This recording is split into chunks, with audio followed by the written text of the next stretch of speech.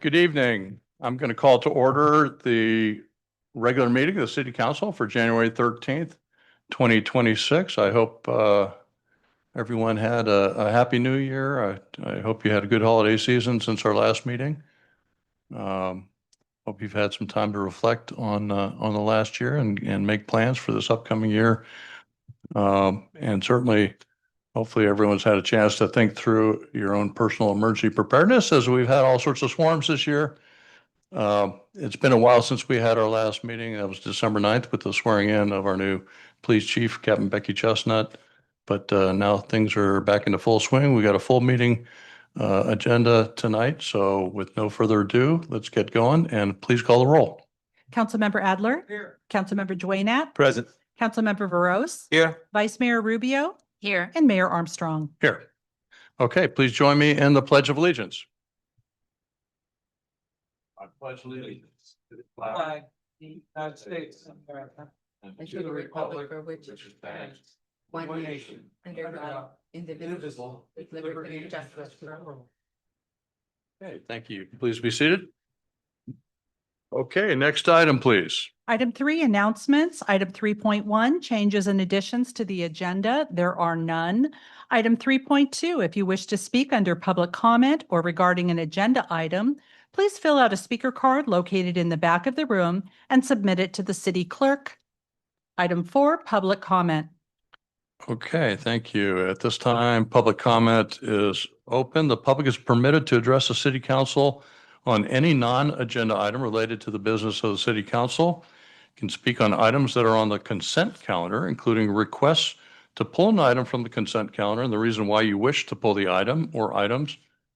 Please note that the decision to remove the item from the consent calendar is strictly at the discretion of the city council. You can speak on requests for future agenda items or on items that are not on the agenda but are within the city council's jurisdiction. We have no special presentation items this evening.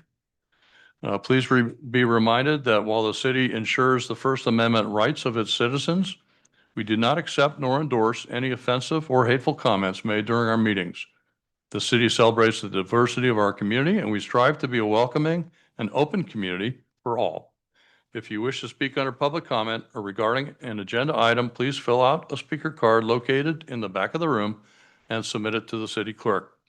And while we encourage your comments, unfortunately, state law prevents the city council from discussing items that are not on the meeting agenda.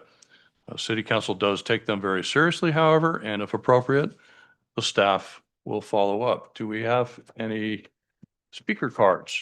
There are no speaker cards and no written public comment. Okay, well then with that, I will close public comment. And do we have anyone wish to pull any items from the consent calendar on council? Okay. No, I move the consent calendar. I will second that. Before Okay, do we you have go- a special statement that needs to be made here? Madam Clerk, Yes, would you like me to make that would you statement? please do that? I will. So before a motion is made to approve the consent calendar, we need to make a statement about consent calendar item number 5.7 in accordance with Government Code Section 54953C3. At the November 12th, 2025 Special City Council meeting and November 25th, 2025 regular City Council meeting, the City Council met in closed session to perform the annual evaluation of the city manager. The City Council voted unanimously to direct staff to bring a contract to the council for its consideration, consisting of the following: a minimum salary differential of 9.5% between the city manager's salary and the top salary range of the next highest compensated classification, excluding this city attorney, effective August 8th, 2025. The city manager's new annual salary will be $350,387. The maximum annual elective deferral permitted under Section 457B of the Internal Revenue Code, including any additional age 50-plus catch-up contributions for which the city manager is eligible for 2026. The maximum annual effective differential is $24,500 with an age 50-plus catch-up limit of $8,000. Okay, so I believe we have a motion and we have a second. Is that correct? Okay, and then with that, we're going to vote. Oh, Robert seconded. We can fix that on our end. Okay, thank you. All right, so motion passes, consent calendar passes. We're on to item 6, special presentations. Well, we have none. We have no deferred consent items, no unfinished business. We're on to new business, and we'll move on to item 9.1. This is a Senate Bill SB 707 overview, and we have the honor of having a presentation by Alicia Poon, Assistant City Attorney. And Mr. Mayor, seeing as how I'm not going to be here and this is going to be Alicia's seat next at our next council meeting, I'm going to allow her to do this from the dais here. No problem. Thank you. Alicia, you're up. Thank you, Mayor and council members. I just want to let you know that this is going to be a very high level, very quick overview of Senate Bill 707. So here we go. So as you already know, the core principles of the Brown Act are open meetings, public access, there's rules, special rules for teleconferencing, public noticing and agenda posting. But one thing that and it still exists today is there's a definition for legislative body that includes the council and its advisory bodies, which are the commissions, the boards, and the committees. So just keep in mind that definition, legislative body, it will come into play later. So SB 707 is pretty much a modernizing local government by updating the Brown Act to anticipate, the new technological advances. So the things that we've employed since COVID, like Zoom meetings, will be standard, is essentially what it is. And then there's new definitions, such as eligible legislative body, that applies to the city council, among other bodies that I listed there. But for your purposes, it's the city council. And so pay attention to when I say these certain provisions apply to eligible legislative body. Okay, I won't be covering, there's other type of teleconference bodies that don't apply to this body or the city. There's some non-substantive edits, legislative declarations, and also some technical aspects and procedures that I won't want to get into today. So the top 7 key takeaways from SB 707 would be that the public is allowed to have remote access. Teleconferencing would be a reasonable accommodation. That you could teleconference for emergencies, both state and local. There is a expanded just cause provision.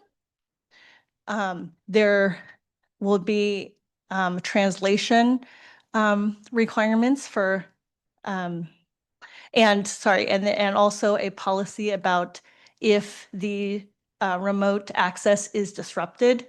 So the policy, for at least your purposes, the policy will need to be in a place by July 1, 2026.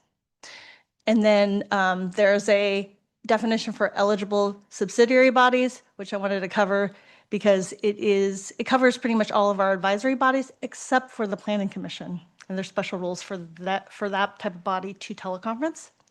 And then lastly, there is a disruption provision, which essentially says that this, just like if somebody is disrupting a meeting in person, you would also have the same type of tools to basically tell the person who is remotely accessing that they cannot participate in the meeting any longer. So you give them the same type of process, warnings and so forth, before terminating the access to the meeting.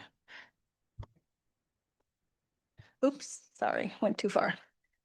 Okay, so for remote meeting standards, you just need to know that we have to offer two-way audiovisual platform, or sorry, remote access through two-way audiovisual platform or a telephonic service. We are already, I think, currently doing that. So I assume we are going to be continuing to do so in the same way we have been doing since COVID.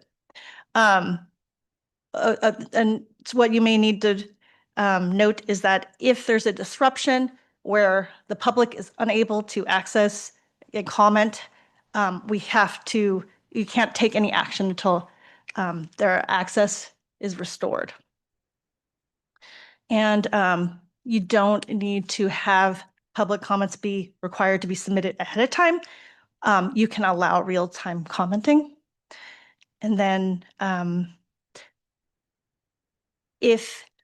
important thing you may want to note is if you wish to participate remotely, please tell city staff, because the meeting minutes need to identify the member participating remotely and the law that they're relying upon. And they also need to disclose if they're participating in a remote location before any action is taken, and if any adults are in the room present with them, and their relationship to the member.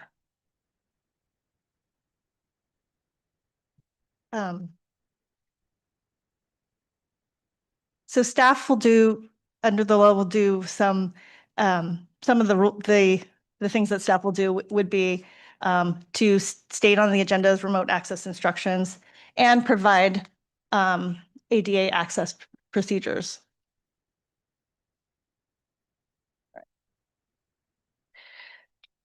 So just to touch upon teleconferencing as a reasonable accommodation under the ADA.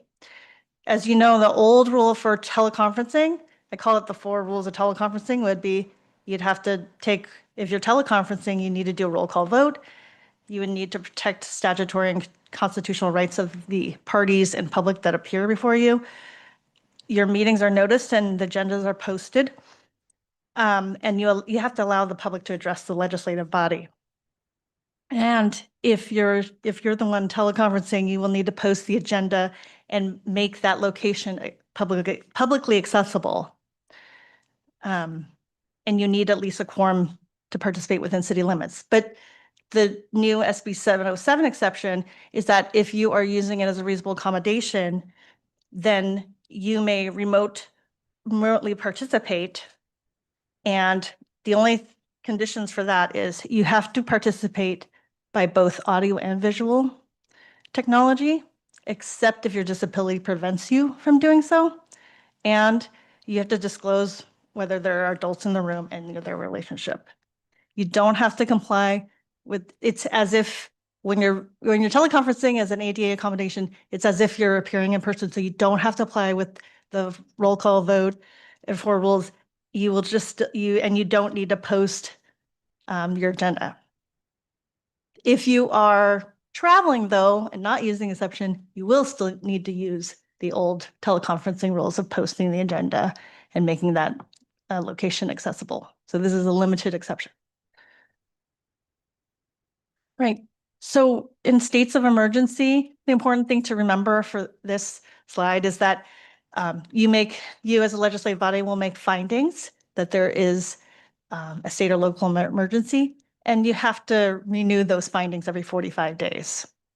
You don't have to provide a physical place for people to appear at the meeting. And you can use two-way telephonic service, and you do not have to do live webcasting. And for teleconferencing with Just Cause, the important thing to note is that there's expanded Just Cause definition. So some might be child care, family caregiving, if you have contagious illness, some of the other things on the bullets there. But you need to understand that there are limitations to it For your body, since you meet normally 2 times monthly, it would be a maximum of 5 times a year that you can use Just Cause. You have to have an in-person quorum at a public location for one or a member to be using Just Cause. And the minutes have to note the provision that they are relying upon. I mean, short of, I guess, if there is some health ADA confidentiality, you don't have to state that, but you have to state enough of why. And then for translation and remote access policy, so for, as I mentioned, eligible legislative body, you have to provide two-way telephone service or, sorry, two-way telephonic service or audiovisual platform. But as I mentioned, you're going to need to approve a policy about disruption and what the process is if the service, say Zoom or whatever, is down, and you have to be trying to establish connection again for at least an hour, or if the service comes back on, whichever is sooner. If the service is down for more than an hour, then you have to have a vote whether it's in the best interest to continue despite the disruption. But we can talk about policy, the details more, it's very detailed, but you just, for your purposes, you need to know that you will have to establish a policy, a disruption policy by July 1, 2026. And also, we need to reasonably assist the public who desire translation of the public meeting in another language, so long as it isn't disruptive. So we don't have to provide the translator. We just have to provide space and for somebody to have somebody translate. We also aren't responsible for the content and accuracy of whoever they bring as a translator.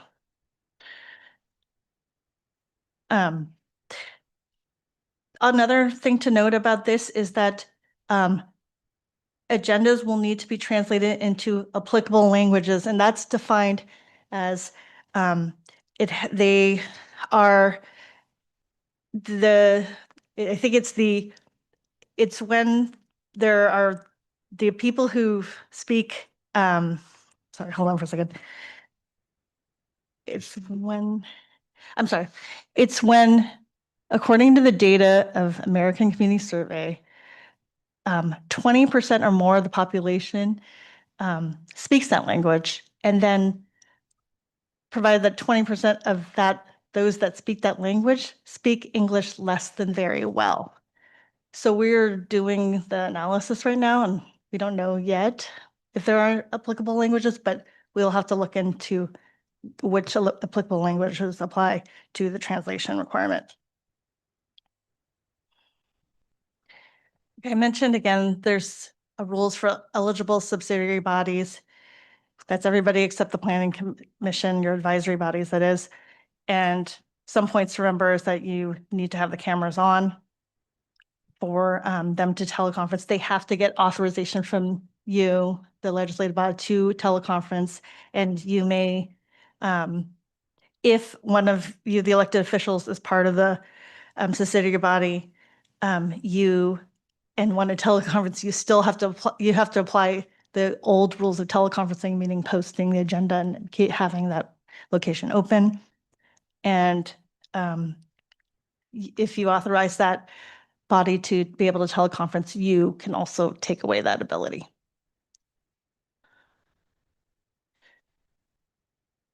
And then I already mentioned this before, but as far as managing meeting conduct, you can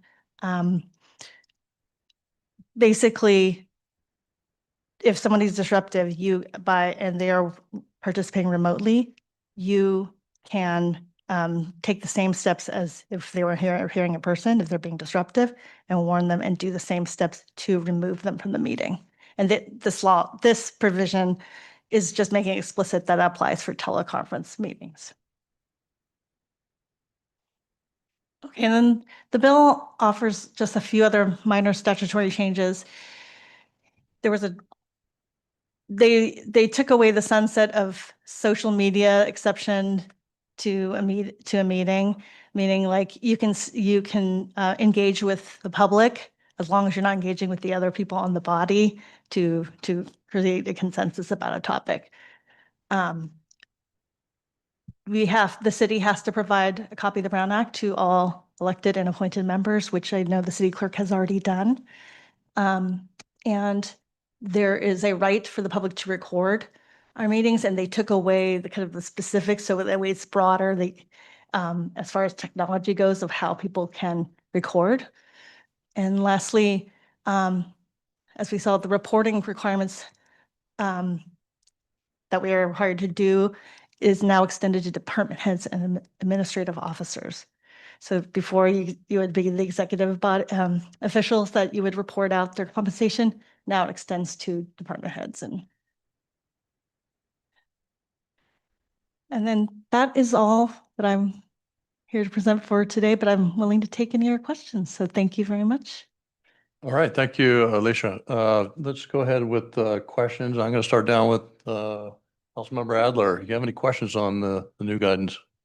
Yeah, what are our concerns about this going forward on our side here? Do we have things we got to be really careful about and that we're got to stay in the lane and make sure that we're complying totally? Do we see some issues? Because I know we've had problems in the past with people when they were calling in, I guess during COVID. And so what do you think about that? Sorry, it sounds, this bill, at least is very explicit in the sense of that if you have the Zoom bombers, if that's what you're referring to, of people being disruptive or that it does provide, steps that that the presiding officer, the mayor, can take to remove them from the meeting. So there's that is possible.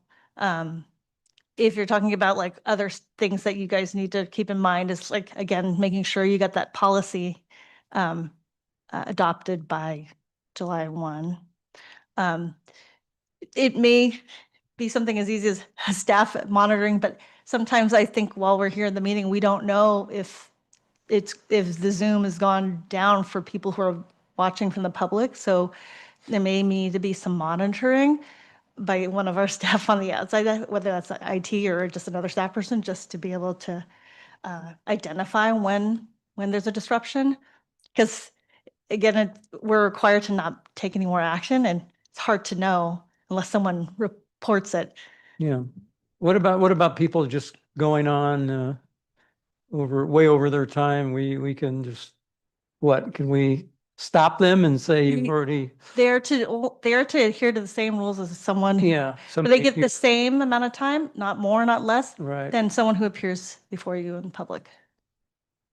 It's as if they are here in public. It just provides more flexibility for those who cannot. Okay, thank you. I would want to add one other operational concern. As Alicia explained, if remote participation is interrupted for whatever reason, it was a minimum of 1 hour that you had to try to reestablish the connection. We have had instances in the past where we knew our remote participation was going down for whatever technical reason and that we would not be able to fix it. The council at that point had the flexibility to say, okay, within 5-10 minutes, we've tried, we know it's going to go down, we can continue. That is no longer the case. We would have to wait a minimum of an hour, and then the council would have to vote to continue the meeting. The one provision is they said you may meet in closed session during that 1 hour. But if there's no closed session items, I mean, it could effectively delay or stop a council meeting for a full hour. So everyone go out, grab a bite to eat and come back, I guess. Right. Going to be interesting. Okay, thank you. All right, council members, why not? I think Councilmember Adler asked the question regarding if somebody were to, like with the time limit. My question is related to more like the monitoring, the technology on our side. Are we going to use Zoom or is it IBM or do we know what platform we're going to use? Because I know some platforms have a limitation for how many people can actually log in before it drops.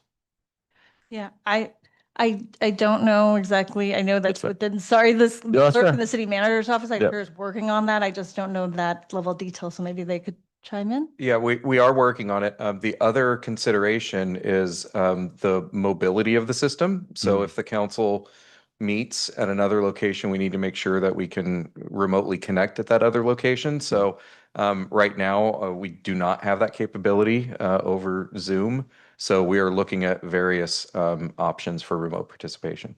Got it. Okay. And with related to the stoppage of time, or somebody goes over, we have to stop them, or if somebody disrupts the meeting, is the mayor authorized to click that button and remove them, or do we have an administrator that does it on behalf of? The way the law is written, it says presiding officer or designee. So if the Okay. presiding officer wants to designate someone else to do that, it would be the, the person that provides the warnings and, Okay. you know, admonishments, then that could be done. But it's usually a presiding officer, which in this case, the mayor. Okay. And have we assessed what the fiscal impact would be to the city with related to the technology? I mean, I'd imagine if two-way, there'd be monitors, right? Because we have to see the attendees and do we know what that looks like? We're still assessing, if there's different languages that we need to accommodate for and I the see. technologies. We are fortunately, we will have to figure out something in the short term to comply, but we are looking at a technology upgrade. It is time for the chambers to get a bit of attention in terms of the technology. And when the chambers were built back in 2016, we were using probably 2012 technology at that time. So there are systems that we're looking at that have a lot of this integrated and hopefully reduce the possibility of going down like it has before. Okay. Thank you. Thank you, Alicia. Yeah, no problem. Councilmember Veros. So thank you for presentation. So what is, I remember like previously when we were talking about the technology and equipment. So what is our financial impact on this? Do we need to, how much we need to invest in this? Do we have any understanding on that? I don't, yeah. Yeah, until we have more specifics, we won't have that number. We will include it in next year's budget. I think we can, the majority of compliance can occur with some of the equipment we have now.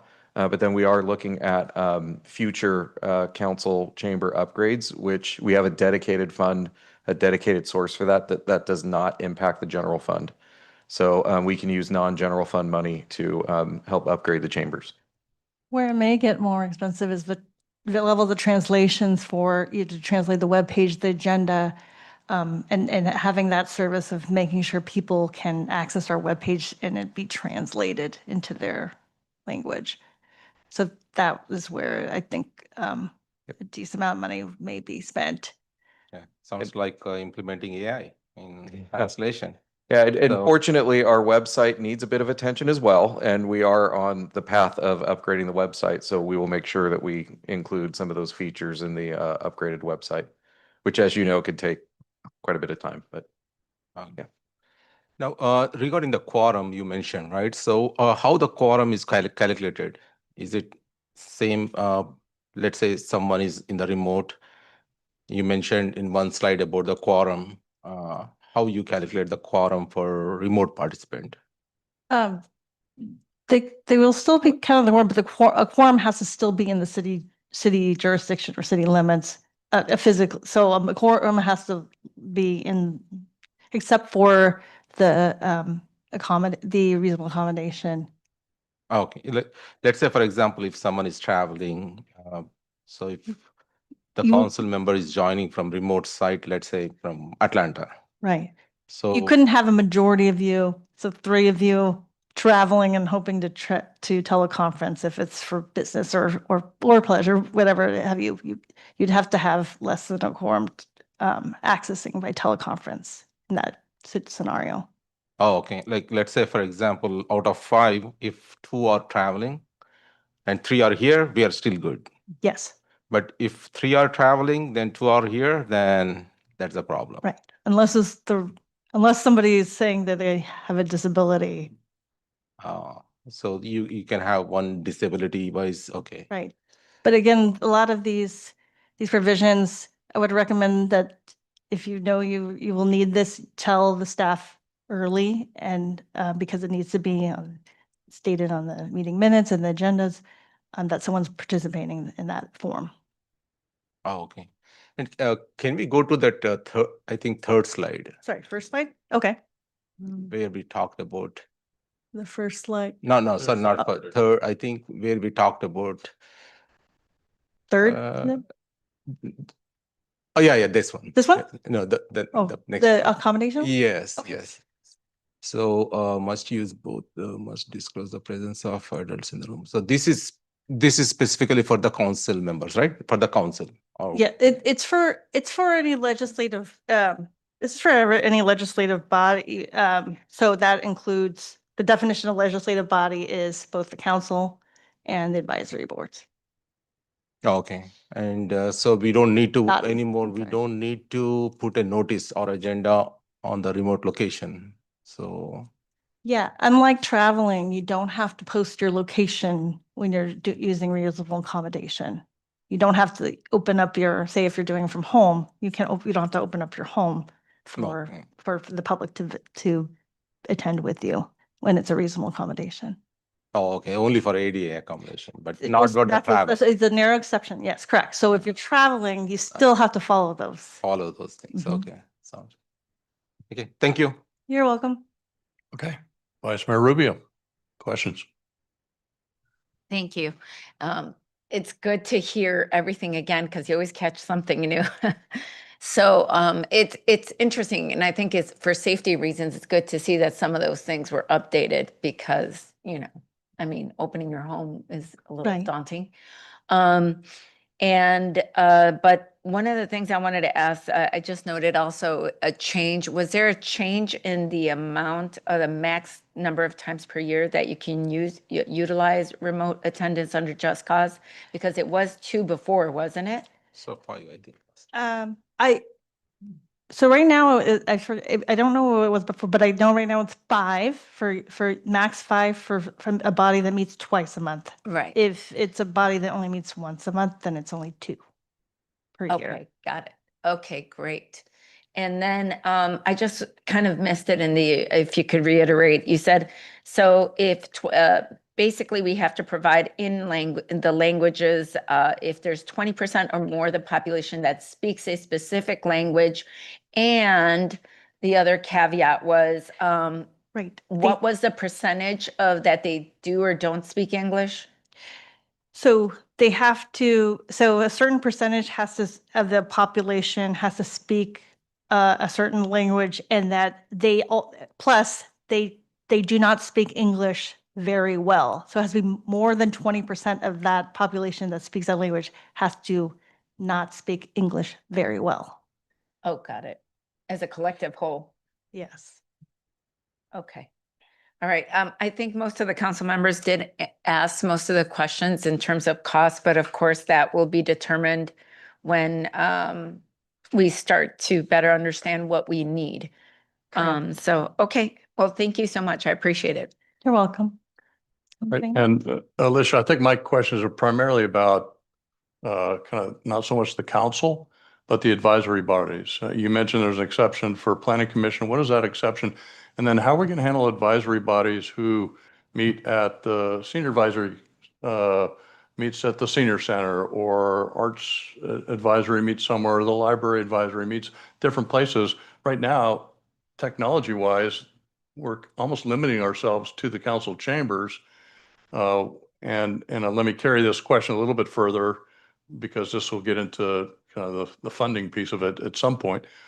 But that is when we do a council retreat or a workshop or something over in the community center or some other location other than the council chambers, how are these rules going to apply? How are we going to accommodate the technology for that? And that may not be so much your question. It might be more for the city manager, and something we got to work out. Yeah, Yeah. it will be, say, yeah, I know you have a workshop upcoming, and this isn't going to apply to that particular one, but come past July 1 in the future, we will have to ensure that where if you're having a public meeting, you will need to be accessible for remote participants. So we'll have to choose a room or a place that is accessible. Yeah, it did, the stipulation is either video or telephonic, so we could have a call-in system as well. So that might be the most efficient way. I know we're looking into whatever technologies are out there that we can use to put in a speakerphone and people dial in, and then you ask for public comment, and then you Right. move on. So that might be the most efficient way than disrupting all the groups who meet in different locations for various reasons.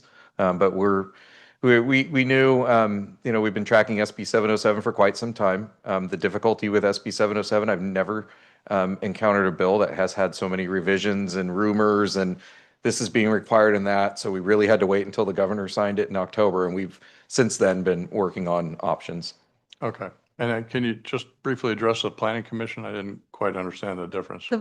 So yeah, the planning commission is not under the definition of eligible subsidiary body because they make final decisions on permitting. The way the definition is that it won't include a body that makes the final decision on like entitlements or permitting. So in that definition, the planning commission is not included as an eligible subsidiary body. So it's just carving out different requirements for defined bodies. The rest of the advisory bodies would be eligible subsidiary. And also you'd have to give them the authority to teleconference. This is only if they want a teleconference. If they're okay meeting in person, then you don't need to do that. But if they would like to have the option to teleconference, then you have to be able to like allow remote participants. Okay. All right. And then maybe the last part of that, and probably back to the city manager, is you mentioned we have this special fund, the PEG fund or whatever it is, to upgrade the council chambers aside from the general fund. But what about if we wanted to buy some new teleconferencing equipment, telephone teleconferencing for other locations and things like that, or other equipment? Is that coming out of the general fund? This is kind of another unfunded mandate kind of thing, is the way I see it. So. Yeah, it's the PIG funds, as I understand them, are for broadcasting public meetings. It's not location specific. Okay. So we could use that for other locations. Okay. My current understanding. Okay. All right. Thank you. Those are all the questions I have. All right. Then at this time, let me open up public comment on this item. And do we have any written requests for public comment? We do. We have one speaker card from Susie Ferris Indercom. Okay. Susie, you're up. Good evening, Mayor, Vice Mayor, council members, Alicia, Steve. Especially after hearing some of the comments, I wanted to give you a resident's view of the need for the two-way teleconferencing and the ability to make comments remotely. First of all, I want to express my full support of SB 709. I work with a group that does a lot of work overseeing potential legislation and was heavily involved in that one. When the city decided to terminate remote access and the ability to provide public comment, yes, we can still watch now, but we can't make public comment. A number of us asked why, and we were told that it had to do specifically with unpleasant comments that were being made. And when I reached out and asked for some specifics, because a lot of us know which people show up and are disruptive, I wanted to know who had made those comments. And I was told that it wasn't anyone in San Ramon, that it was happening in nearby townships and cities. And that kind of bothered a number of us because it felt like we were being punished for something we really had not done. I also want to urge you to consider maybe holding a workshop because there are a lot of bonuses to having the remote visual, audio visual. When we did it in the past, if you were remote, you always saw the screen up there with the statements. So you saw the clock running, or if you install a clock here, you would see it. You're not going to have that capability if you're just doing voice somewhere else. When you're doing remote and you're doing it over a computer, almost everyone, if you've done any type thing, asks you to have your name and your location when you log in, so it's visible on the screen. You have the ability to track it. You're not going to have that on a dial-in.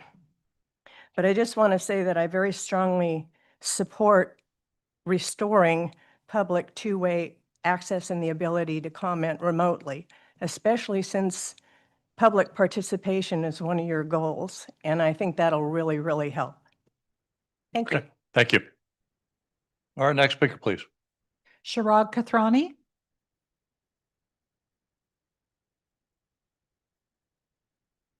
Well, I heard some of the concerns about the Zoom bombing and others. And let me remind, there was no Zoom bombing incident in San Ramon. And I want to reiterate my support for this bill. Thank you. And restore immediately remote access for every participant two-way. Thank you. Okay, thank you. Next speaker, please. There are no more speaker cards, and we did not receive any written public comment. Okay, then I will close public comment, and there's no council action on this. I want to thank Alicia for your presentation this evening. We've got a little bit more work to do on figuring out the impacts of this, but we'll be making some changes this year. Okay, thank you very much. Thank you. All right, now next item is 9.2, resolution number 2026-009. This is approving amendments to the FY25 adopted budget. And we will have a staff report by Jennifer Wakeman, our finance director. Evening. Good evening, Mayor and council members. One moment while I put up my presentation.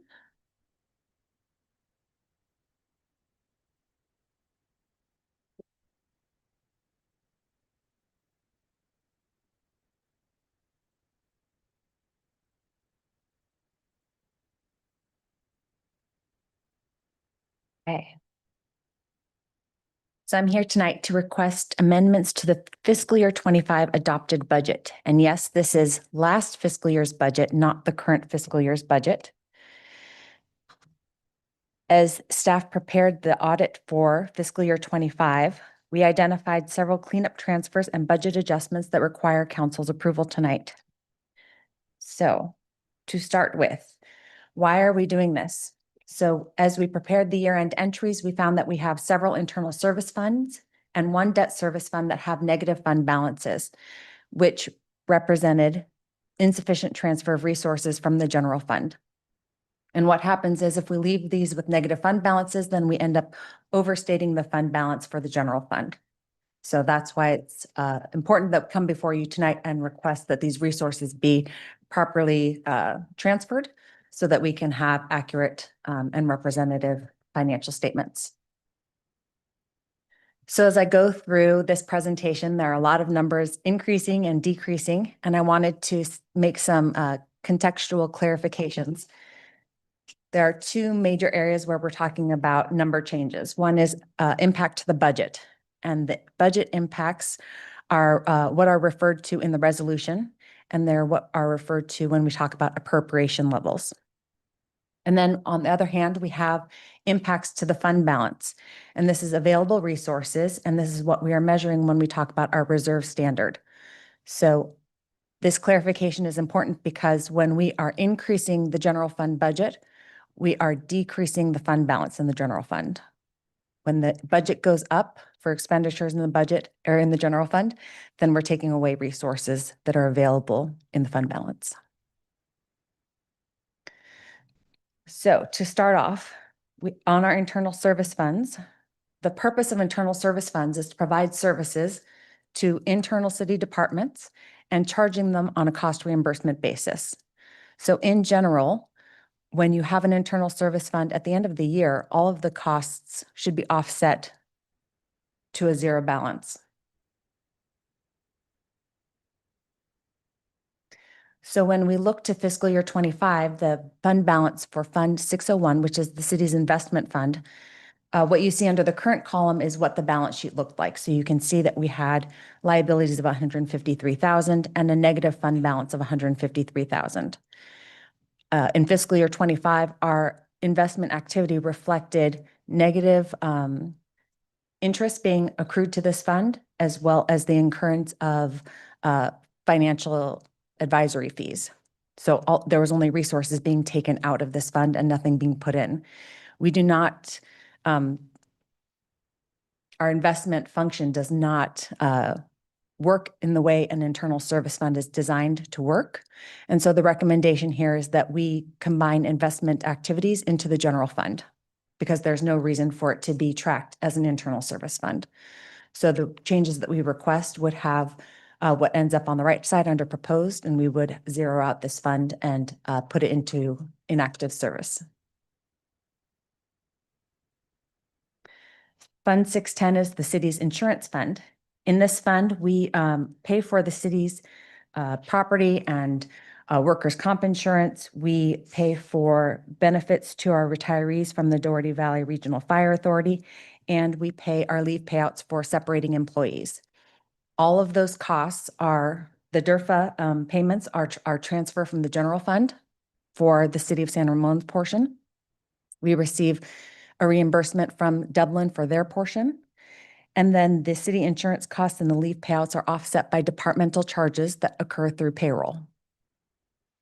So again, because this is an internal service fund, at the end of the year, the activity in the fund should balance out to zero. As you can see in the current column, that is not what has occurred. And so the entries that we are proposing will get us to a balance sheet where the assets and liabilities are 155,000 and the fund balance is zero. And so the way that we propose to do that is to increase the transfers into Fund 610 to offset that negative fund balance and increase the transfers out from the general fund by 586,000. So an increase in the transfers out, which is an expenditure, will decrease the resource in the general fund by that amount.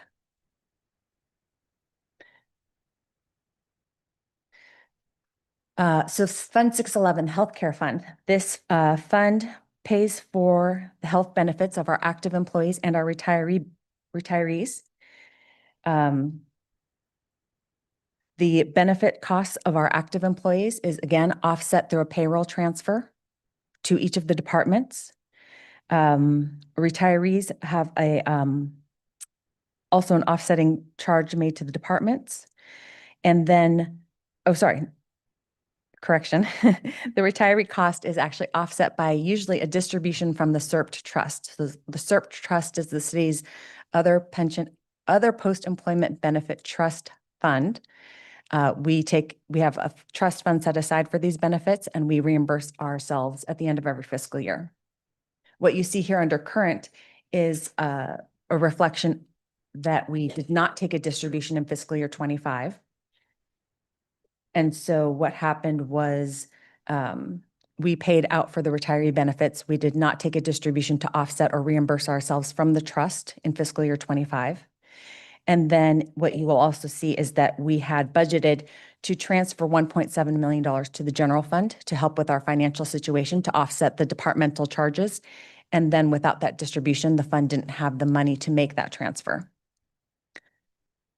Another interesting aspect in this fund is that what sits in this healthcare fund is the PARS Pension Stabilization Trust cash account.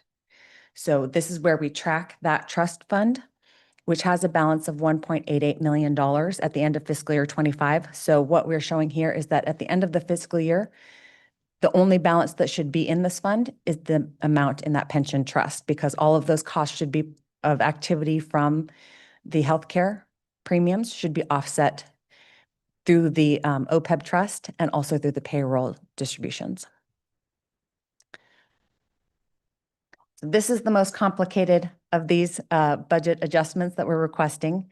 You'll see that for Fund 611, we're requesting a reversal of the transfer that occurred. So like I said, we had budgeted and we enacted a transfer of $1.7 million from Fund 611 to Fund 101, assuming that the distribution from the OPEB trust was made.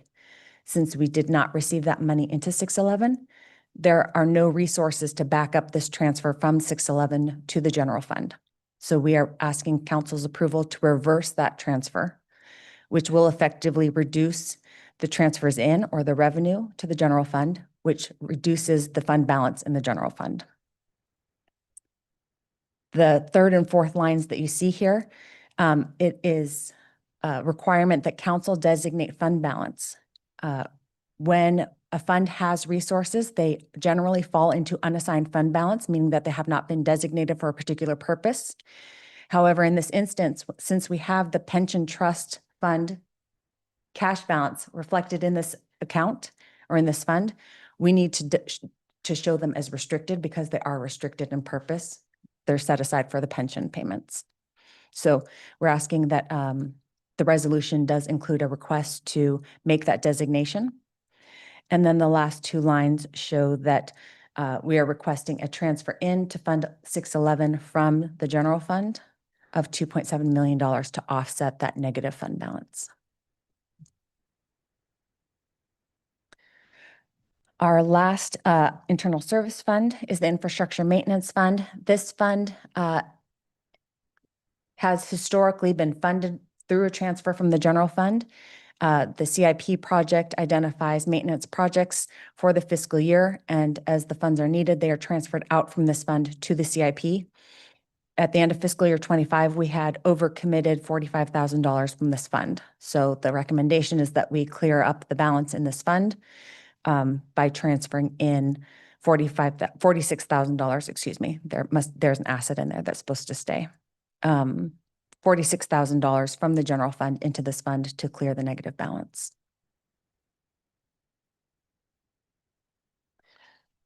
So finally, we have a single debt service fund that has a negative balance.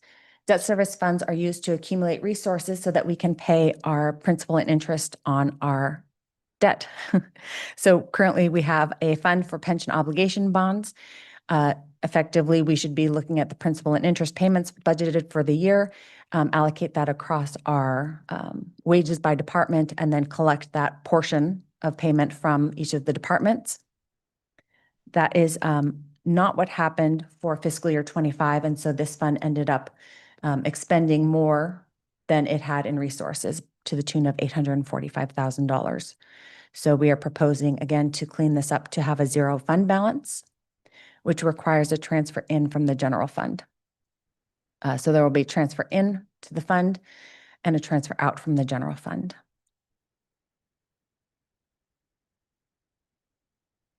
This slide summarizes, as it does in the staff report, the impacts to the general fund. Each of these numbers ties out to the previous slides. And the overall impact to the general fund is a reduction in fund balance of $6,004,489. The most important takeaway from this whole report is that when we adopted the fiscal year 26 budget, there was a projected fund balance at the end of fiscal year 25 of $25.3 million. And we recognized that we had not budgeted the the first quarter of Measure N, April to June of 25, which we expected to be $3.5 million. It was not budgeted because we weren't sure how our transactions and use tax was actually going to come in. But we did project that our fund balance would actually be $28.8 million. And even with all of these changes, because it really is just a reallocation of resources that didn't get transferred to the correct places, our unaudited anticipated general fund balance for June 30th, 2025 is expected to be $28.9 million. That is the amount that you will see in 2 weeks when we bring the audit.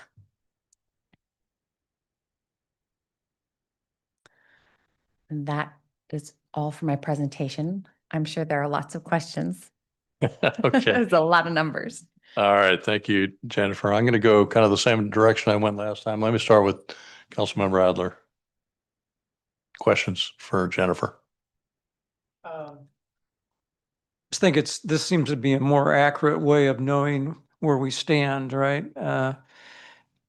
And was that decision made because of the hard reality of what we just went through and with the deficit? And then fortunately, we're able to get some Measure N coming in, but it just seems like it's not as confusing as it was before. Is that kind of what we were trying to do? I think the changes that we are requesting reflect that there have been a lot of changes in the last 12 months in the finance department, people transitioning roles and responsibilities, and an opportunity to, again, be double checking our processes and making sure that that what we intend to do with our finances is syncing up with what we're actually doing. And so as a result of this, we are already looking to build out checklists to ensure that this doesn't happen in the future and that our actuals are going to match our budget and we won't be having negative balances at the end of the fiscal year. But certainly, one of the things we should be doing and we will be doing in the finance department at year end is reviewing these internal funds, internal service funds, to make sure that there are zero balances at the end of the year. And if they're not, revising our processes to ensure that we have those better in check in the future. I like that. Thank you very much. You're welcome. All right, Councilmembers, why not? Thank you, Mayor. Yeah, I want to echo with Councilmember Adler. I read the staff report. You coming in kind of midway as we're doing this. So I'm really happy that I understand the numbers and I won't rehash them, but my not really a question, but it's really just a good observation that we're jumping on this early now and not allowing this to snowball as we go throughout the year. So I'm happy that we're catching, I don't want to call them mistakes, but these are corrections that we need to make. And so I'm glad that we're doing them. I'm curious though, just my question is methodology. Like when you're transferring from one fund to another, it's not an internal transfer. It's not like you're transferring from within a healthcare fund money for this provision and within the same, the money that's being used for healthcare funds is coming from somewhere else, et cetera. So what's that methodology like?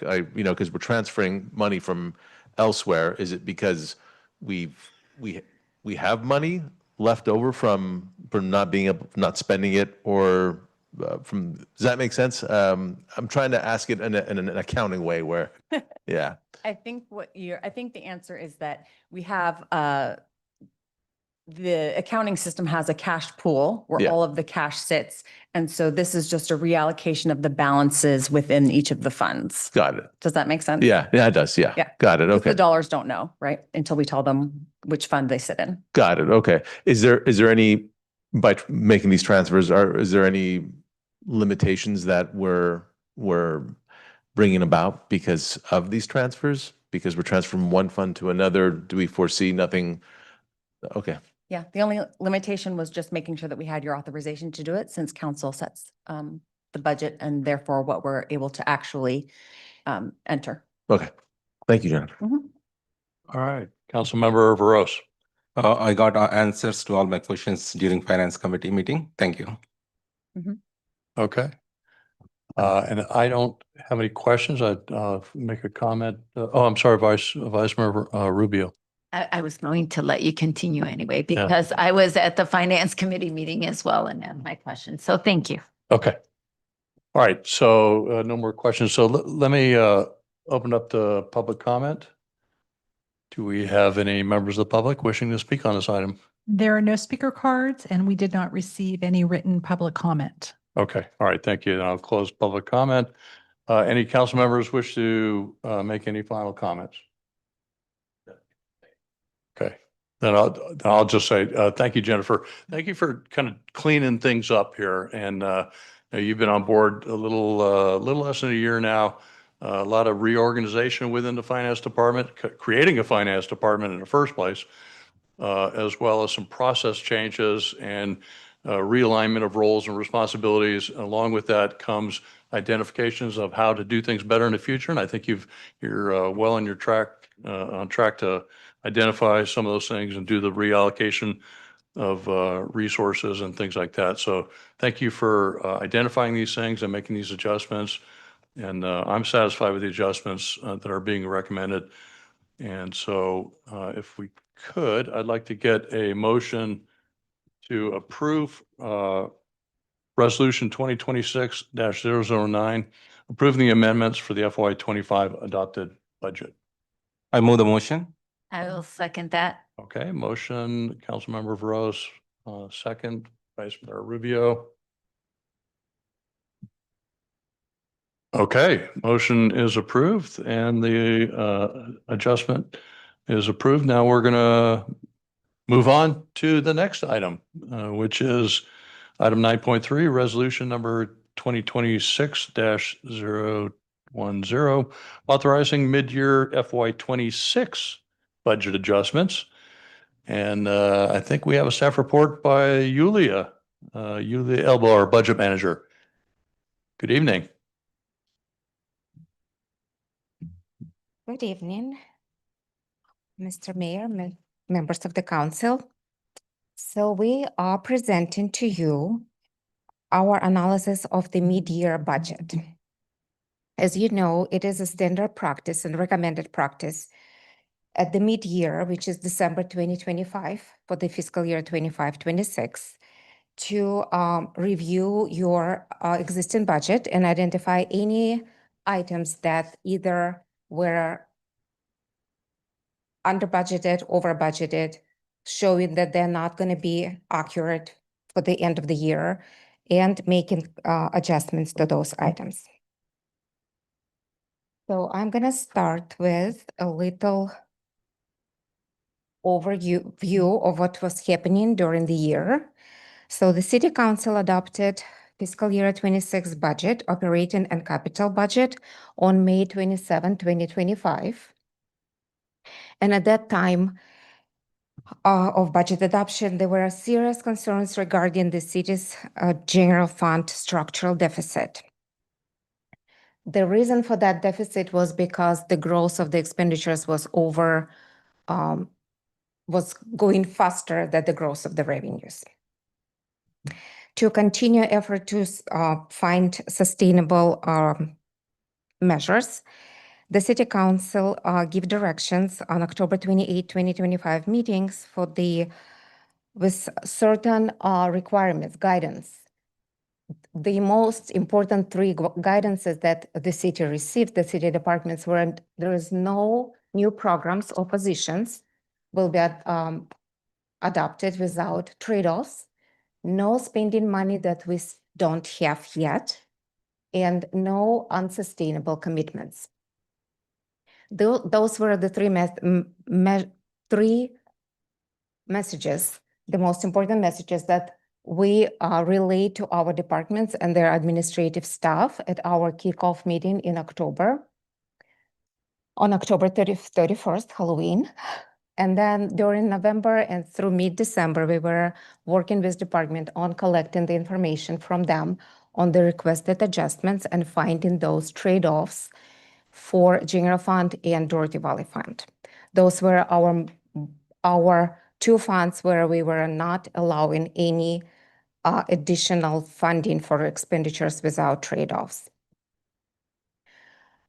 We, after we collected all the data, analyzed, summarized, we presented it to the city manager. We discussed the all of the requests, and further also received recommendations on the actions of how to fund the new climate action plan.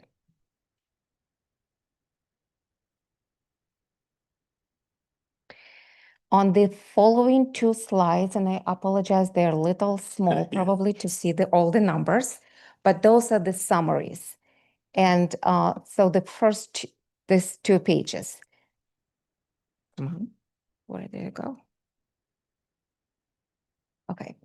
And as you see at the bottom, the grand totals of all of the adjustments, whether they are positive, negative, reductions to the revenue, increases, reductions. There were some reductions to revenue offset to increases in other revenue items, and the same for the expenditures. If there were any expenditures that were asked to be increased, we found with departments the areas for the offsets. And at the end, general fund and Dorothy Valley Fund, there will be no changes to the fund balance that was adopted during the initial budget adoption for the fiscal year.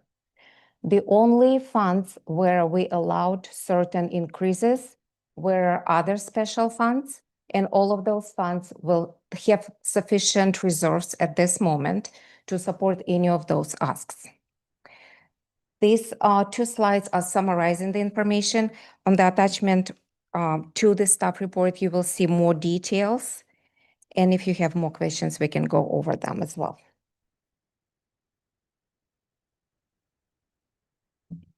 So as a result of all of this shifting things between different places, we are still in the way over required 36% of the reserve for the general fund.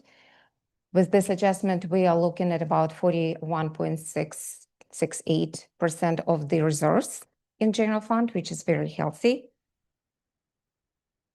And the last item that I wanted to show just for FYI is the position of our major sources of the revenue, which is property tax, sales tax, Measure A. And all of those items are on track comparing to prior fiscal year. And this concludes my presentation.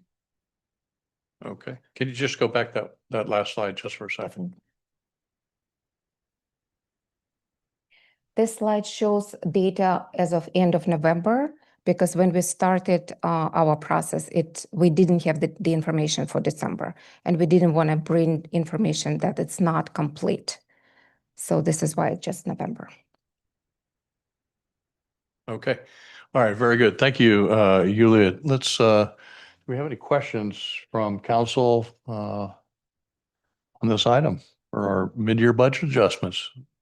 Start down with Councilmember Adler. Okay, Councilmember Reinhardt. Councilmember Rose. We already reviewed this. You saw this at thank you. finance. Yeah. Okay, Councilmember Rubio. Same here. Thank you.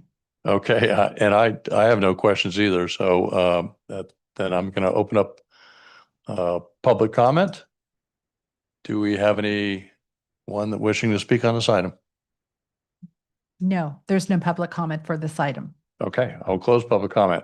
Over to council for your final comments before we go into the whole voting process. You guys are getting ahead of me here. Any final comments? Mayor, if I can Yes. add, this is the first time in recent memory where we haven't come forward with a mid-year budget that impacted the general fund. So typically, based on our prior budget situations and quite frankly, as you're seeing tonight, as I like to call the Jennifer Wakeman cleanup tour continues of our financial practices, and now we have Yulia on board to help with that. Typically, at mid-year, you would see some very significant changes due to fuel and water and electricity costs, and our public services crew, who usually has the greatest of those costs in their area. They did a great job this year budgeting for what we actually thought we needed, instead of coming to mid-year and having whoops, we need $500,000 or $300K or $400K. So this is continuing our improving of our finance practices, and it's refreshing to see that we don't have a major ask this year, and we're at 41% reserves. So our assessments continue, and we're continuing to get the true picture of our financial situation, and that will play into our budget process for this year. So I want to thank everybody involved, because it's been a heck of a lot of work in a very short period of time to make this happen. Yeah, thank you for those comments. Anyone else from council? No, I just want to say thank you. Great job by all. I know it's been a lot of tedious work and kind of cleaning house and doing everything from scratch. So thank you for everything you're doing. I mean, excuse me, the other way around. Would you like to, you're going to say something? I would be remiss if I didn't take the opportunity to say that, it's a collaborative process, and all of the departments have been so patient with us as we throw new ideas their way. And so that makes a really big difference. And then the finance team has really been fantastic in coming in to, educate Yulia and myself as the new people in the department and supporting us. And so it's really a team effort. So thank you. All right. And thank you. I also want to thank you, and not just Jennifer, Yulia, all the staff for your participation. Everything else? Is that okay? And I was also glad to see the documentation of the mid-year budget guidelines that we established, those 3 bullets right up front. Thanks for putting those in there. It's a good reminder to kind of refresh us on those things. The no new programs or positions without a trade-off, no spending money we don't have, and no unsustainable commitments. I think that's really important. So, and then the other thing that I was glad to see was that we're still well above our 36% Yes. reserve. In fact, that 41.68, well above our 36% reserve. And I look forward to really an evaluation as we go forward throughout the year and maybe look at a policy as to whether that's the appropriate amount. Is 36 the appropriate amount? We've talked about this before, but I think we're going to be evaluating that and see where we might land on that. That's kind of a sustainable kind of right level for a reserve that maybe that might help to free up some taxpayer dollars for other things as well if we do make some adjustments there. So, okay. Yes, and we're here to work on all of it. Well, thank you. Great job and appreciate you. it. Thank you. All right. We need to take some action on this, I think. Yep. I will move to authorize the mid-year fiscal year 2026 budget adjustments. I second that. Okay. So we have a motion and a second to approve the resolution 2026-010 for the mid-year adjustments. Motion and a second, and we've all voted. Motion passes unanimously. All right, thank you very much. And so now we will move on to item 9.4.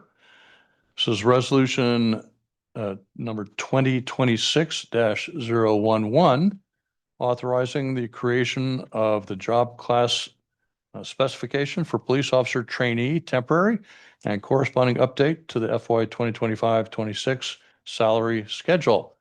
And now we're going to turn it over to Megan O'Donoghue, our Human Resources Director. Go ahead, Megan. Thank you so much. Good evening, everybody. Let me see if I can get this open. I think I did it. Yes. Excellent. So, Mayor, as you said, I'm here to talk to you all about the creation of a new job class specification for police officer trainee. So as some background, we currently have 4 vacancies at the police officer rank within our the San Ramon Police Department. In recent years, we've been very fortunate as a city to be able to hire lateral candidates to fill those vacancies. But we also have had success in the past hiring police officer trainees, is what people refer to them now, but you might know them as police recruits. So brand new police officers that will be going through a police academy. So essentially, what we've been talking about as a city with Chief Chestnut is that having the option to hire either lateral candidates or police officer trainees just gives us more flexibility as a modern city and a modern police department. But in looking at beginning the process to bring on police officer trainees, we started looking at how we were doing that historically, and it was pretty vague. So essentially what I'm asking for you to take a look at today is just creating an official job class specification that makes it clearer and more straightforward when we do want to recruit those types of candidates. It's a temporary job classification. It's pretty clear any incumbents in that position, they have to be enrolled in and then participating in a recognized police academy. As soon as they graduate from that police academy, they're automatically promoted essentially or appointed to a police officer position here with the city.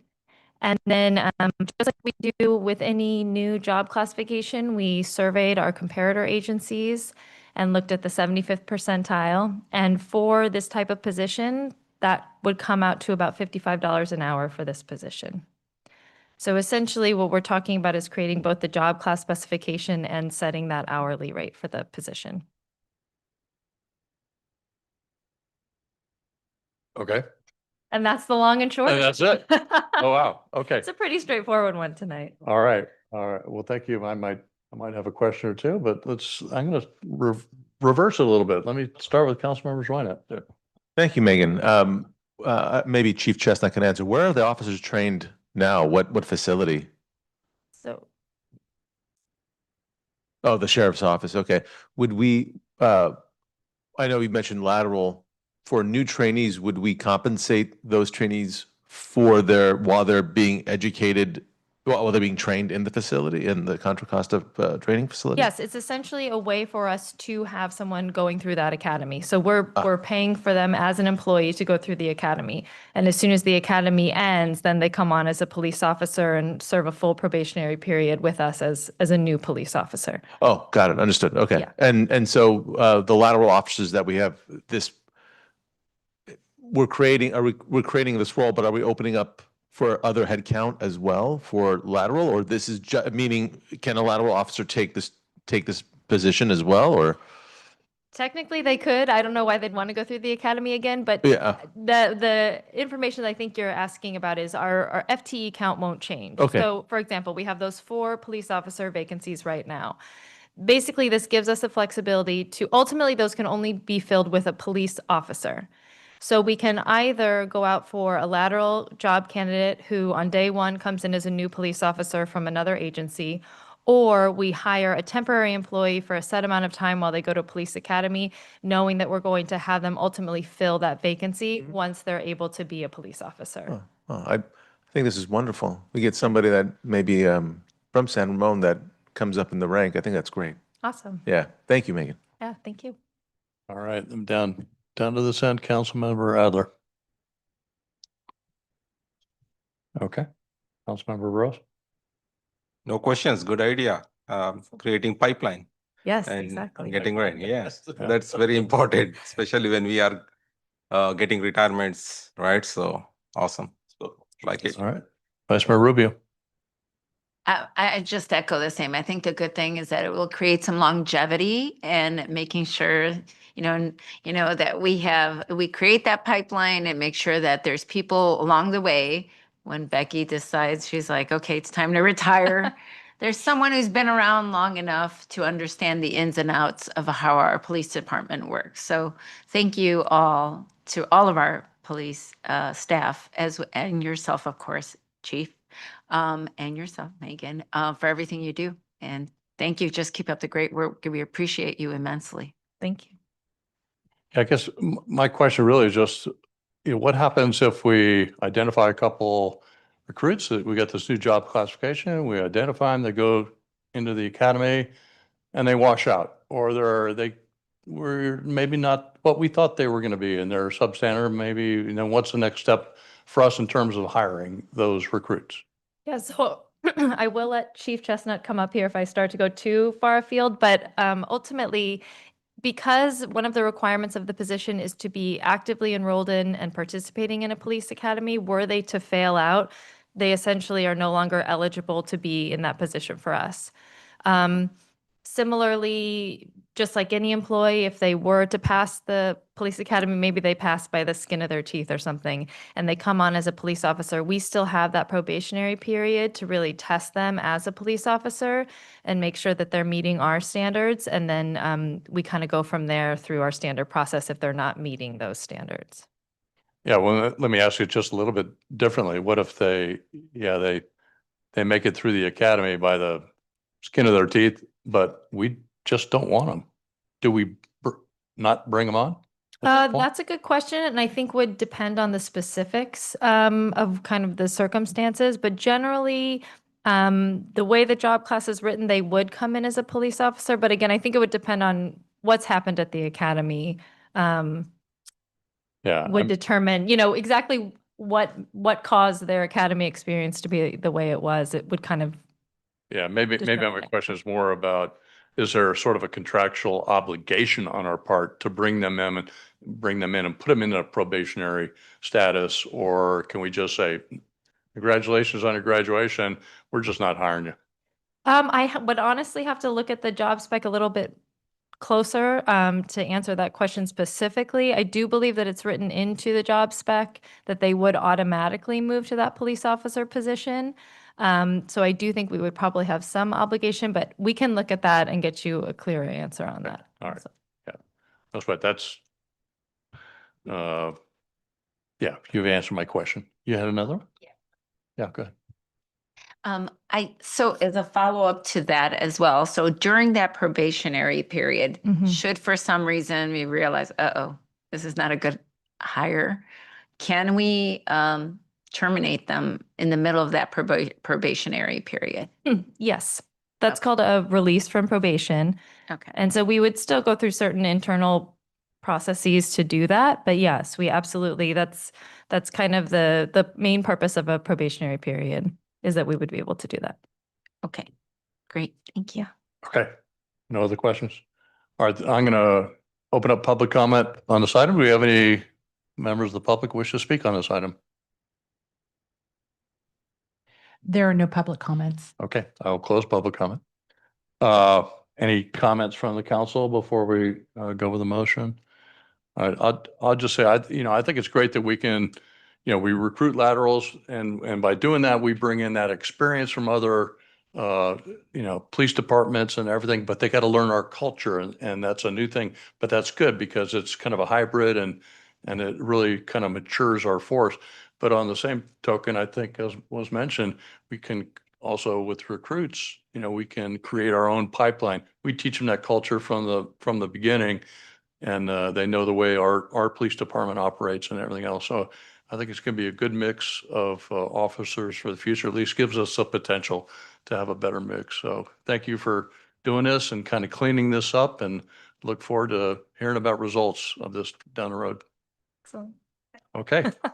So with that, can I get a motion to approve resolution 2026-0111, I believe, authorizing the creation of the job class specification for police officer trainee, temporary and corresponding update to the FY 2025-26 salary schedule, which is in your staff packet.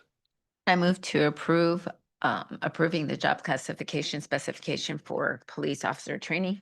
Okay. I second. Okay, a motion, Vice Mayor Rubio, second, Councilmember Rose. Now, my screen just says canceled. Can we reset the voting buttons? Okay, there's the motion. And there's the second.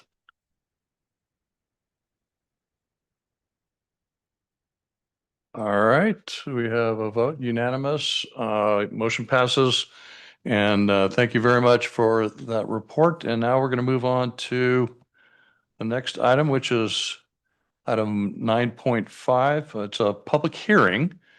We're going to do an introduction of ordinance next in line for Canopy BR8 Affordable Site Development Agreement, DA 2025-002.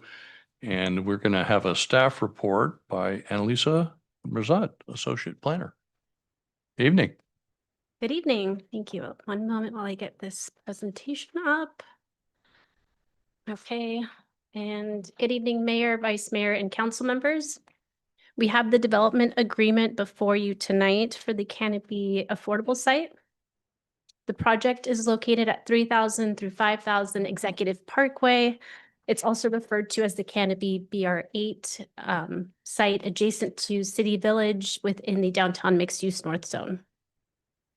In terms of background, on June 3rd, Sunset Development Company formally submitted development applications for the Canopy project, including 255 single-family homes and a 161-unit multifamily 100% affordable apartment referred to as the Canopy Affordable Site. The scale and affordability is envisioned as addressing affordable housing requirements for the single-family units at Canopy, as well as a portion of the previously approved projects in the City Walk Master Plan. And the city's inclusionary housing ordinance allows for alternative compliance methods, such as dedication of land and transfer of units, and allows for the adjustment of affordability levels and number of units provided. So Sunset included a development agreement application with the June 3rd submittal in anticipation of the approval of the affordable units at Canopy to facilitate the transfer of affordable units for the covered sites. And on November 18th of last year, the Planning Commission approved the Canopy project and the development agreement. So as mentioned, the proposed development agreement is intended to address affordable housing requirements for the single-family units at Canopy and previously approved portions of City Walk. And it's done through the dedication of land to facilitate the Canopy affordable site. Part of the arrangement of the development agreement is that it allows for the transfer of units from the covered sites, which currently have a 15% inclusionary housing requirement. And so the units being transferred will be at a higher rate and increased from 15% to 22.5% for the market rate units at Canopy, and then increased to 16% for the City Walk eligible sites. And in addition, the proposal makes the development of the Canopy Affordable project possible, which provides an additional 24 units. So it also results in a higher affordability level. These units would be rental units allocated to low-income households, including 90 low-income units, 55 very low income, and 15 extremely low income units. In addition, there's a fee of $765,000 that would be paid to the city associated with the market rate units that would go into the city's affordable housing fund. The term of the agreement is for 7 years with an additional 5-year term extension, and there are provisions within the agreement that deal with failure to perform and delays. So ultimately, if the project does not move forward as anticipated with the development agreement, the site gets dedicated to the city. And so the Planning Commission reviewed the item on November 18th, and following discussion, it was recommended to the City Council with consideration of the ratio between the for sale to rental units and whether the proposal is appropriate, given the negotiation that took place for the Camino Ramon project, specifically the monetary contribution to improving the Iron Horse Trail. So with that consideration, staff's recommendation this evening is to receive the staff report, introduce the ordinance and waive the reading, open the public hearing, take public testimony, close the public hearing, and after discussion, set the January 27th meeting for adoption. And that concludes my presentation. I'm available for questions, and we also have an applicant's presentation as well. Oh, a separate presentation? Yes. Okay. All right. Before Annalisa steps down, any questions for her? Then we'll get to the applicant. I have just a quick question. I remember this was activity that we were discussing last year. Just for a refresher, just for the public regarding related to any studies, reports relating to traffic, if you could just discuss that or bring that up as a refresh. Sure. So for Canopy, the Canopy project specifically, a transportation analysis was conducted and reviewed by the city for conformance with city standards. The analysis concluded that a replacement of the existing 650,000 square feet of office space to residential use results in a net reduction of over 3,500 daily trips. That includes a net reduction in the AM and PM peak hour trips. And if I remember, thank you. And if I remember correctly, it was originally approved for 1,000 units, and then now it's dropped to how many? Right. I forgot. So the project itself is a housing opportunity site and was analyzed as part of the General Plan 2040 EIR, along with all the future developments envisioned in Bishop Ranch. And this site specifically is proposing over 500 fewer units than what was originally estimated under the general plan. Okay, thank you. Okay, very good. Any other questions for Annalisa? Okay, thank you. Let's hear from the applicant then, please. I see Stephanie Hill here, as well as I see Dixie as well. Welcome back.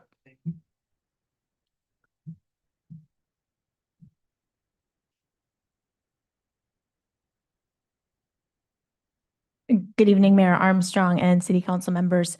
On behalf of Sunset Development, I'm Stephanie Hill. Thank you tonight for the opportunity to present the development agreement for Canopy at Bishop Ranch 8, which would allow for the second standalone affordable housing community within Bishop Ranch.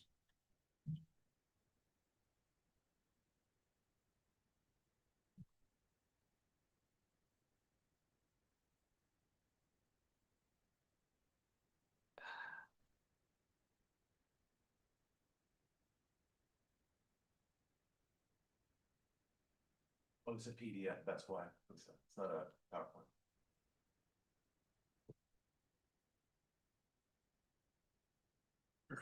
Thank you. Thank you. So throughout our public meetings, we've discussed the vision for Bishop Branch as a mixed-use district that seamlessly integrates office, residential, retail, and landscaping. Canopy, located at Executive Parkway and Bishop Drive, is a key connection point within our land plan, marking the transition from the taller residential communities in City Walk to the smaller scale homes envisioned in the downtown mixed-use North Zone. It's envisioned as a walkable neighborhood featuring 416 homes, of which 255 are single-family homes and 161 are the affordable rental community developed by Eden Housing. The single-family homes are 2 to 3 stories in height and are comparable in scale to what Summerhill is developing at City Village. The 5-story affordable community at Bishop Drive and Executive Parkway reflects the scale of the 5 to 7-story residential buildings planned across the street in City Walk, while thoughtfully transitioning to the 2 to 3-story homes within Canopy. And just for reference, the yellow building is the affordable site that will be developed by Eden Housing. And just on that map, before you go on, where's Executive Parkway versus the 680, for example? So Executive Parkway is on page south, and then 680 is on the left side of the page. So Oh, okay. Left side of the yellow or the? Yes. Got it, thank you. So the site design and landscape framework are intentionally planned to strengthen connections to surrounding neighborhoods and the city's broader walking district, benefiting both the new community and San Ramon as a whole. Along Executive Parkway, the project creates a strong pedestrian linkage between Canopy, Bartlett Pear Park, which is being developed as part of Summerhill's community, and the Iron Horse Trail. The existing bus stop, which is interior to the site, will be relocated to the Executive Parkway frontage, and that improves visibility, and it also maintains access to Walnut Creek BART via the 95X, as well as Dublin Pleasanton BART via County Connection Route 35. If we look more specifically at the site and the relationship with the walking district and the improvements that are being made, the design is intentionally done such that we have a meaningful investment within the vision of the city's walking district. Approximately 2.5 acres of the site, net of bioretention, is dedicated to enhanced setbacks, meandering sidewalks, and landscaping. Along Executive Parkway, setbacks range from 60 to 80 feet. They include a 5 to 10-foot landscaped planting area between the roadway and the sidewalk. So essentially, we're pulling the sidewalk back from the road so that there's that buffer between people who are walking on the sidewalk and vehicle traffic. Along Bishop Drive, setbacks average approximately 35 feet, with 7 to 16-foot landscaped planting area separating the roadway from the meandering sidewalk. So really pulling those pedestrians in and away from traffic along those 2 key roadways. Eden's affordable housing community at Canopy includes a total of 161 homes, with 1 unit being reserved for on-site management, and 160 homes are affordable to households earning between 30 and 80% of the area median income. Eden, in collaboration with its architect Steinberg Hart, designed the community to be sensitive to its surroundings by emphasizing view corridors and incorporating building setbacks to reduce the visual massing from both of those key walkways within the district. Amenities include a community room, an after-school space, a computer room, and a central courtyard with play amenities for children. Half of the homes feature 2- and 3-bedroom layouts, reinforcing the project's focus on serving families. For Canopy, we're committed to providing extremely low-income homes, which is at 30% of area median income, the deepest level of affordability and the most challenging to deliver when you look at affordable housing. These homes will serve households earning approximately $33,000 to $48,000 per year, depending upon the household size. The Eden team has analyzed the surrounding area, identifying nearby jobs and salary ranges, which demonstrate that Canopy will provide housing for people who are active already within the San Ramon community in a variety of functions. The affordable housing program is similar to the already approved terms for the Camino Ramon Development Agreement. Eden's community will support both the for sale homes within Canopy and the first phases of City Walk, specifically BR1A and BR3A for up to 493 market rate homes. This image shows those 3 locations so that everyone can just understand proximity. For ease of reference, Camino Ramon is supporting Avalon's community at BR3A, while Canopy would support Related's community at BR1A, with some remaining affordable units to be allocated within the future. During the Camino Ramon Development Agreement process, we reviewed multiple iterations of calculations and how to show affordable units being allocated between the different sites. This table here illustrates the proportional distribution of extremely low, very low, and low income homes associated with each development under the proposed Canopy Affordable Program. In total, this combined program has an 18% level of affordability, so increasing and exceeding the city's 15% requirement while also providing at deeper levels of affordability. The differences between standalone affordable communities and for sale versus rental affordable homes were discussed extensively during the Camino Ramon Development Agreement process. And a few key points that we want to highlight. The city's RHNA requirements are based on the total number of affordable homes, not whether they are for sale or rental. So tenure, the state is agnostic. The Canopy proposal increases the number of affordable homes tied to the for sale neighborhood and with City Walk. It also provides deeper affordability than Camino Ramon and includes a $765,000 contribution to the city's housing fund. This is approximately $40,000 for each moderate affordable home that's not being provided and is the equivalent to a down payment of 5% on an $800,000 home. And it's worth noting that Eden Housing is not just a developer. They are long-term partners and stewards, and with more than 60 years of experience developing, owning, operating affordable communities, they consistently deliver high-quality, well-managed homes that integrate seamlessly into surrounding neighborhoods. And for anyone who may want to know a little bit more about Eden and Dixie, there's a really great presentation on November 12th that went over kind of Eden and everything that they do. And so just generally in closing, we believe Canopy delivers a thoughtfully designed neighborhood, and it provides critical affordable housing for the community. And I'm available for any questions or comments. Okay. All right. Thank you, Stephanie. And I think before we go into all the questions and the public hearing and everything else, I just want to say, let's remember what we're doing here tonight, right? We're going to have a public hearing. This is on the affordable housing site, the development agreement that we're talking about, and how this Canopy, the BR8 project, is going to meet the affordable housing requirements. So this is not about whether we're going to approve BR8. This is not approve the Canopy project, approve Eden Housing project. I think last time we started getting some questions that were really going down the road of, hey, do we want to approve this in the first place? It's already approved. So we're really talking about the development agreement and the aspects of transferring that affordability, the site dedication and things like that. So let's just keep that in mind as we ask our questions and kind of make our comments, okay? All right, let me start down at this end with Councilmember Zweinak. Thank you. Thank you, Stephanie. Thank you, Annalise. Great presentation. Quick question one question regarding the sidewalk. Maybe I missed it.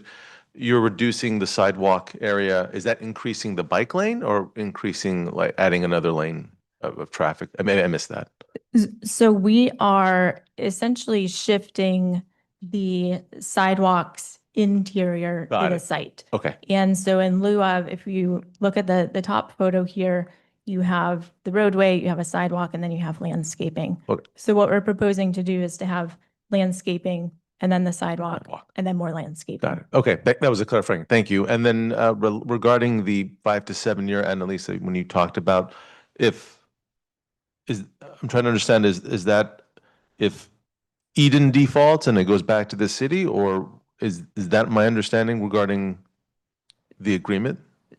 So within the development agreement, there's the concept that Eden would have up to 7 years to secure financing Yeah. for the community. And in the event that after 7 years, Eden is unable to secure financing, there would be an opportunity for the city to say, Eden, we want to take the land. And so the city can take the land after 7 years if Eden is unsuccessful.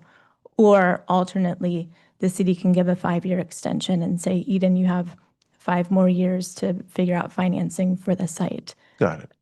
Anticipating a follow-up question, we always get asked, well, what is the timeline and what are you thinking? And so I Go ahead. You can answer, but go ahead. Yeah. So I did confer with Dixie beforehand, and so I know that this is verified. So what she's trying to do is that she's trying to start construction at the end of 2027, early 2028. And then that would put delivery of the community in roughly 2029.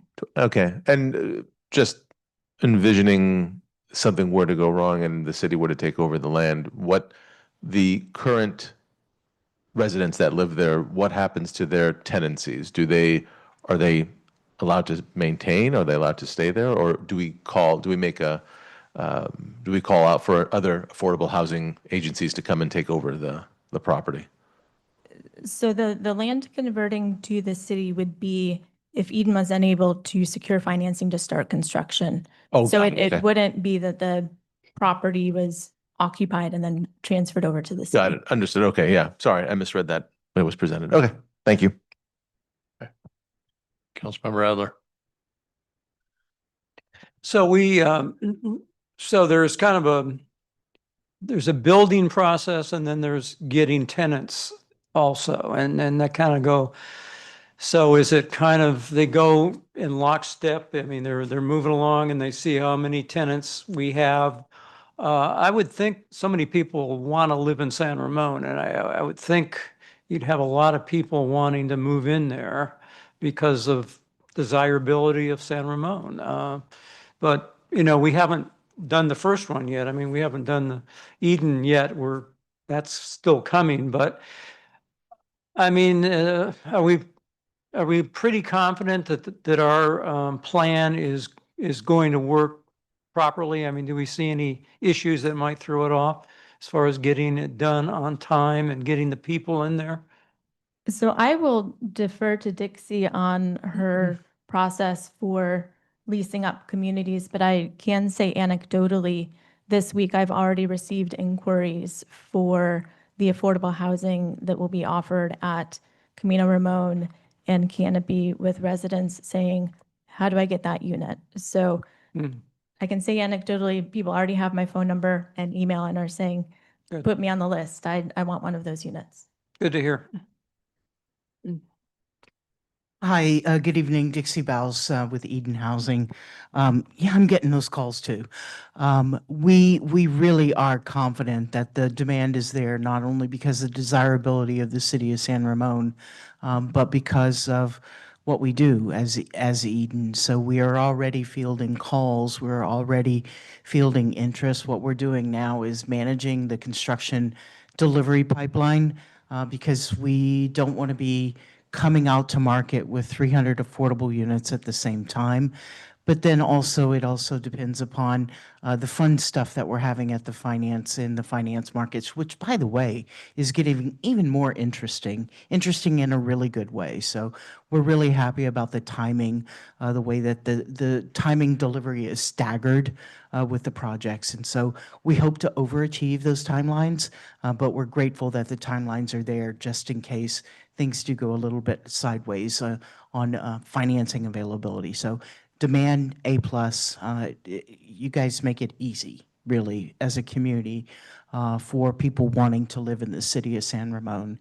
And we have great partners in Sunset who are shuffling those calls to us to say, keep track of this person who's just called us.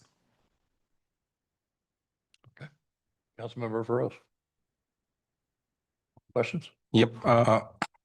We asked most of our questions in our previous Eden project, but there is a triggering what do you call, triggering the land remedy, right? So on section 6.5, which says that if the builder Eden is not able to finish it, so then, or not able to initiate the project, then city should be able to take over that land. Could you please outline the process, how it works? So I'm hoping that we don't get there, but I'm Understood. more than happy to outline how we've thought of it, where there would be, let's say we get to year 7 and Eden has not been able to secure their financing. So there's essentially a meet and confer between Sunset and Eden and the city to discuss, is there a path forward for Eden to secure financing for the affordable community?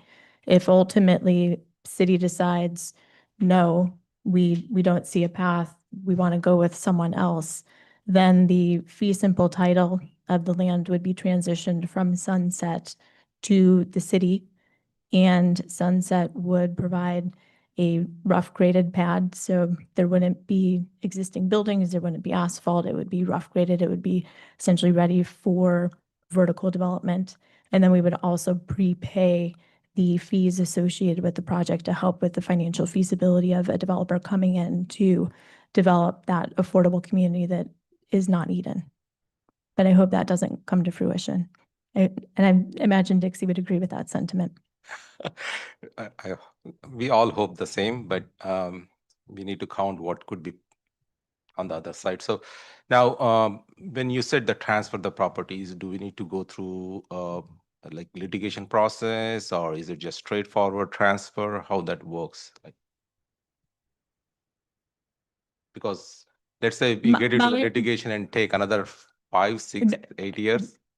Given there's a contractual agreement between Sunset and the city that if we come to this fork in the road, that the land would be conveyed. I don't know the exact mechanics of it, but we wouldn't be fighting. It would be, we've hit the 7 years, it hasn't moved forward, and the land then goes to the city. We wouldn't end up in litigation or lawsuits. It would be honoring the contractual obligation, but I'll let Martin step in.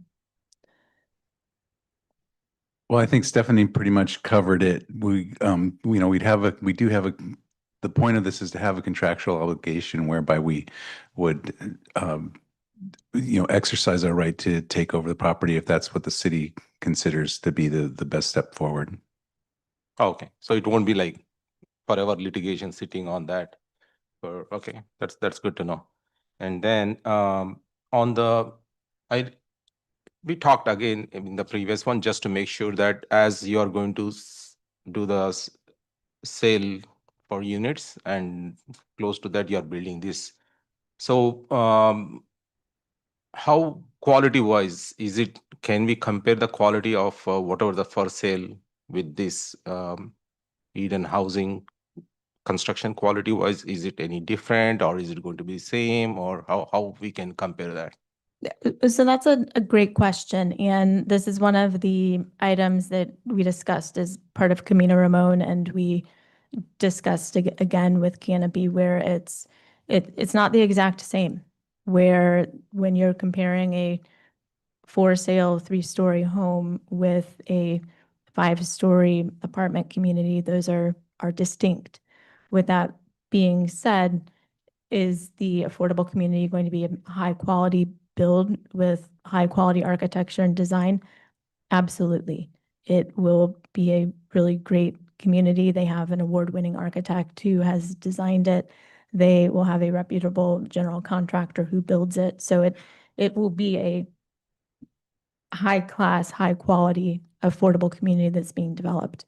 We discussed the thresholds of how do you determine like for like, and part of our intention by going from 15% to 22.5% for affordability was to acknowledge that this is a different type of product than a for sale home when you convert to an affordable community. But we've also discussed there are a lot of benefits in programming that Eden implements as part of their communities that otherwise aren't available to homeowners who purchase an affordable for sale home. And there are other considerations that go with that for sale affordable home, meaning you need to have a down payment.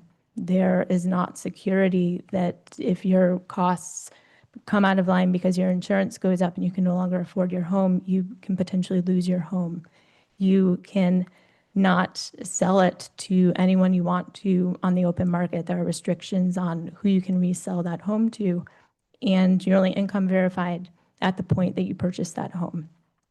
Whereas Eden goes through an annual certification process. So there's all of those differences. And so we've tried our best to encapsulate providing more affordable housing, deeper affordable housing, and partnering with a really great affordable housing developer to provide an alternate that is not the exact same, but provides some different benefits than the for sale component.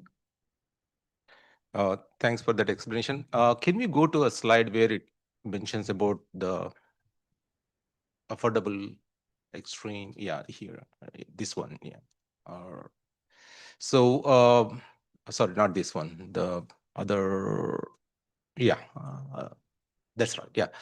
So if we go without this, like if we say that without this, and then if you would have gone with the regular affordable housing within the for sale, then there won't be any extremely low income, right? So that's all zeros. And in this case, we are seeing at least 15. And I think you already showed us how much we are looking at the median income effort when we talk about extremely low income. It's around 30. So the range of affordable incomes within the Eden community will be 30 to 80% area median income with an average of 60% area median income. So this is something we are getting as a plus because of this. Yes, so there's deeper affordability through the execution with Eden Housing. So that's my questions. Thank you. Okay, all right, thank you. Vice Mayor Rubio.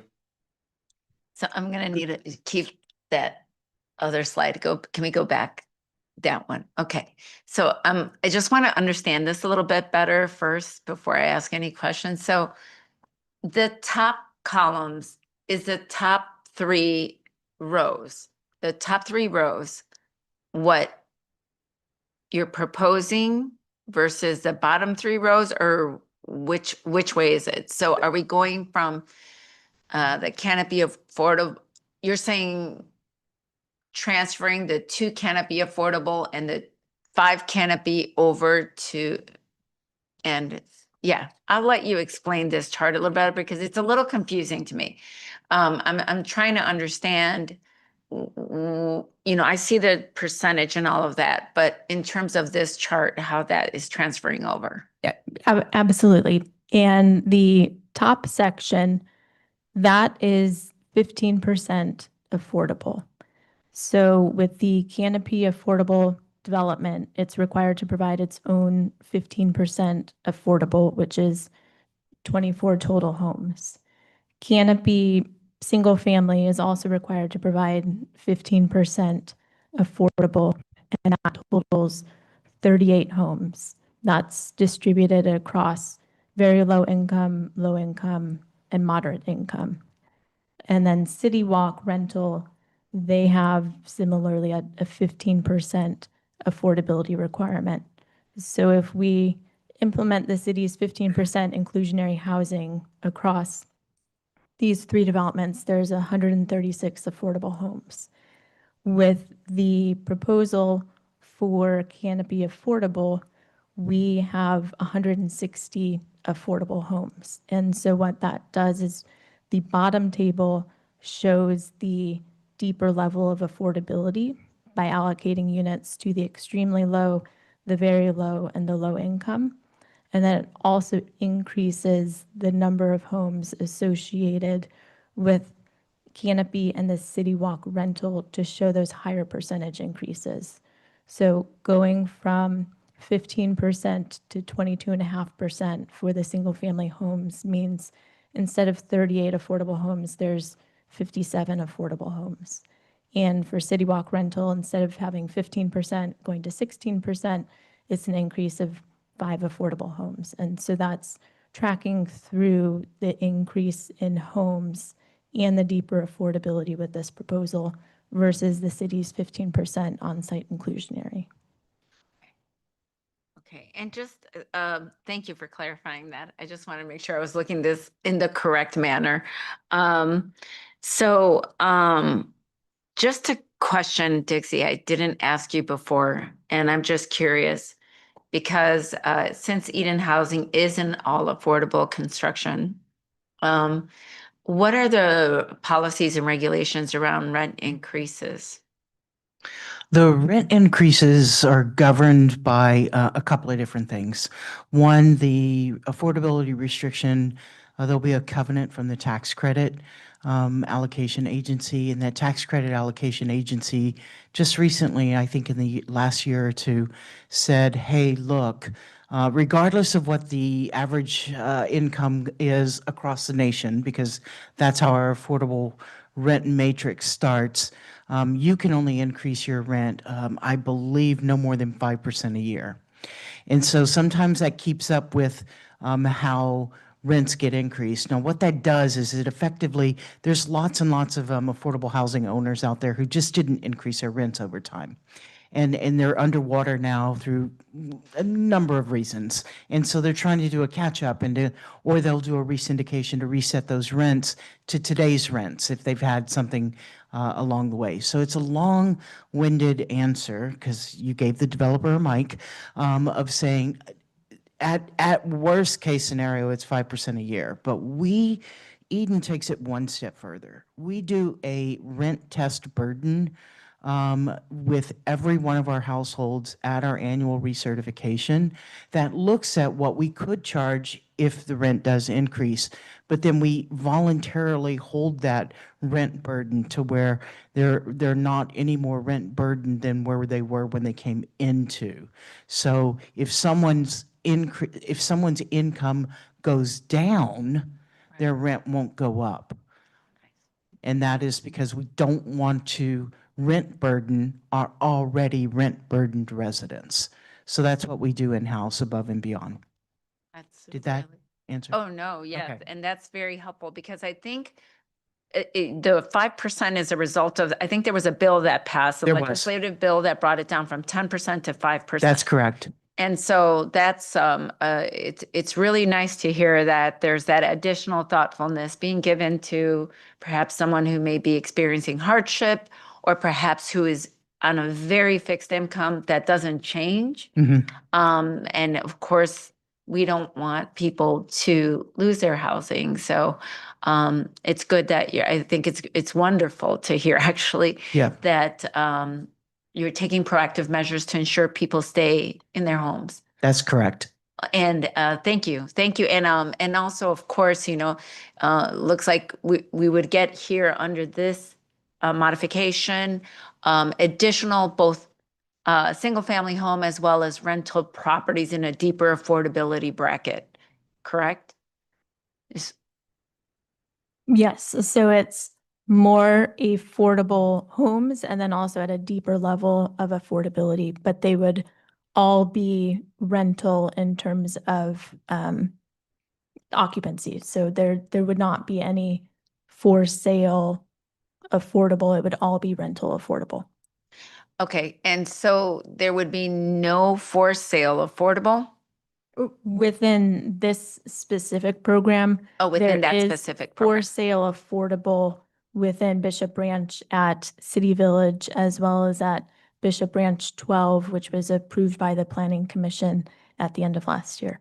Okay, and now just for the public's knowledge, can you explain again what the rationale also behind that as to why this is in addition to the benefits that Eden Housing can provide, all of that, what is also in the additional rationale in terms of more rental versus over housing? I mean, I'm asking more as to just give information to the public. I certainly heard some explanation to that effect, but I would like to give you that opportunity.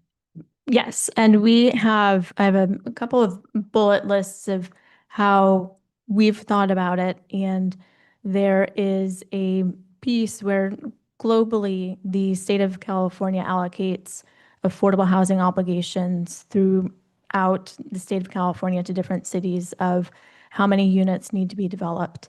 And within the state obligation, there's not a differentiation between affordable for sale and affordable rental.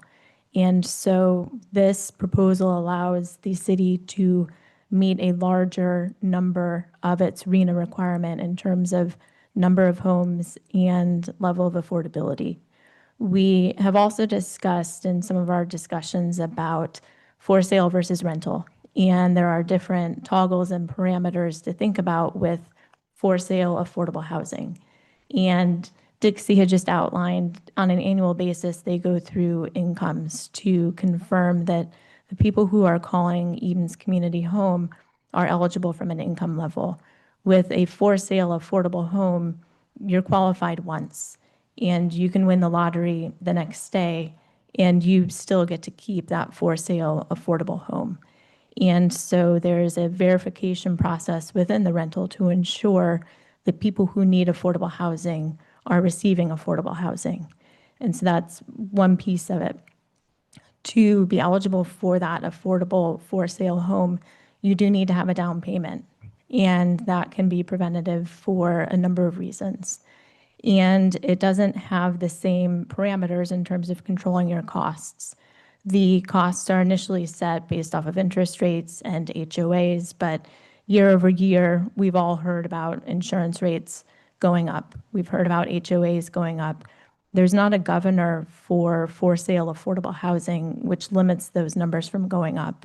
So if there's an unexpected insurance increase or an unexpected HOA increase, it has the opportunity to make the affordable home no longer affordable, and people can lose their homes because they can't afford those ancillary costs that are associated with ownership. And so those are some of the factors that go into the discussion of what to build, whether it should be for sale affordable versus rental. And there's a perception that with home ownership, it's an opportunity to build wealth. And with these for sale affordable homes, there's a cap in terms of how it can be sold. And so if it's a very low income home, it needs to be sold to a very low income household on an exit. And so it doesn't have that same level of appreciation that a market rate home has, where that can have an 8 to 10% annual increase, where if you hold it, you can have really great wealth accretion. But that doesn't happen with for sale affordable. And there's not an opportunity or a path to give it to your kids or give it to a family member, where there's a lot of limitations on if you can sell it and who you can sell it to. And in addition to that, I would, from my perception, I would assume also by being a renter, there's a lower bar for entry point. It also allows you to save more profoundly over time to amass perhaps that down payment needed, and also the flexibility to decide if for some reason they decide, hey, San Ramon, I want to, say their family lives somewhere else, right? And life, calls them to go live somewhere else for some reason. They have that inherent flexibility to find a home, should they become homeowner, save enough of a down payment to become homeowners and move to a location where it would be more amenable to their needs. That's exactly correct, Councilwoman. The other thing I want to say definitively is that this also provides an opportunity to people to either stay in their community or move into the community. Right. If the only path to entry into this community is homeownership, we're missing out, if we can go back to the chart, on a number of people already living and providing services, vital services, and working in this community who simply can't live here. And so providing the opportunities that we are isn't, we wouldn't be able to do this without that true partnership with Sunset on this because of the land donation, the infrastructure donation. It saves so much money other than going to the city and saying, hello, city, may I please borrow $12 million? And then I might deliver you these units. So it's a really, really great way of creating those units without relying upon local subsidy to create those units in the first place. Correct, correct. And you know, I think it's important for people to realize that, you know, our arena numbers are 5,111 for this cycle. And of that, over 60% has to be affordable. That's a huge hill to climb. So we have to continue to find ways to create more opportunities for more affordable units. And so, but now I know we talked about just some, and increasingly also, Dixie, there also for these other Eden projects, you will also continue to seek some of those services. And I recall correctly that you had mentioned before that, you know, what services are provided will also reflect the needs of the community within the development of who comes in and what their needs are, correct? That's correct. So we have an in-service, an associated, affiliated organization called Eden Housing Resident Services Incorporated.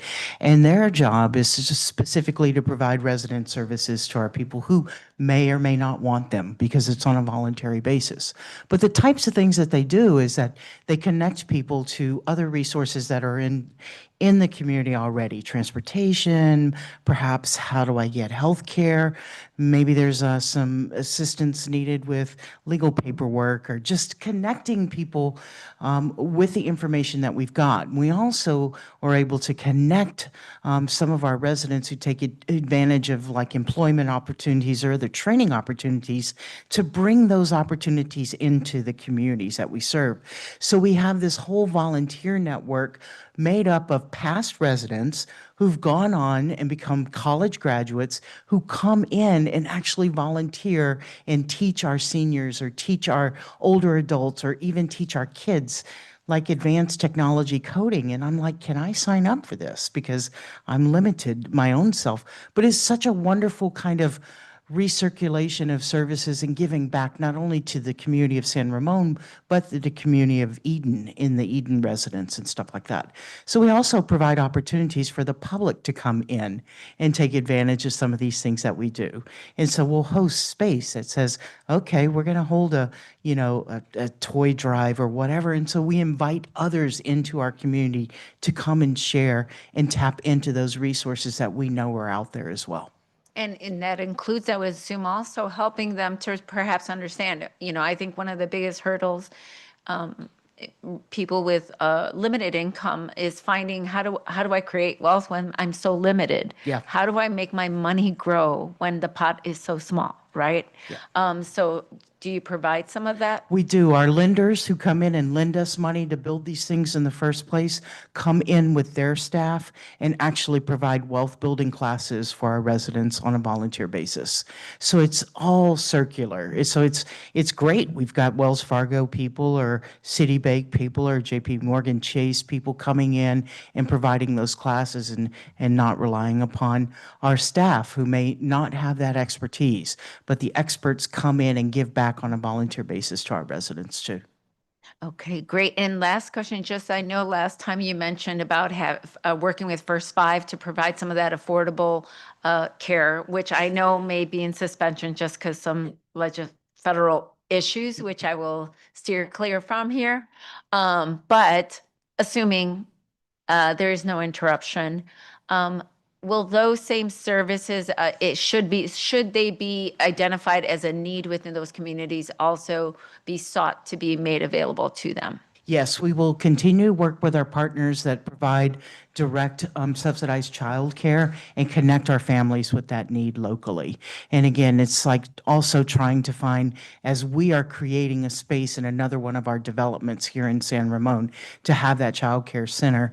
We won't have a childcare center at Canopy, but we will still have those connections to connect families to subsidized childcare that could be elsewhere in the community. Oh, so they can, if you have it in one other location, they're able to go to that location as well. Yes, they can. Wonderful. Okay. Thank you both very much. I appreciate it. All right, thank you. Stephanie, can you go to the landscaping slide real quick?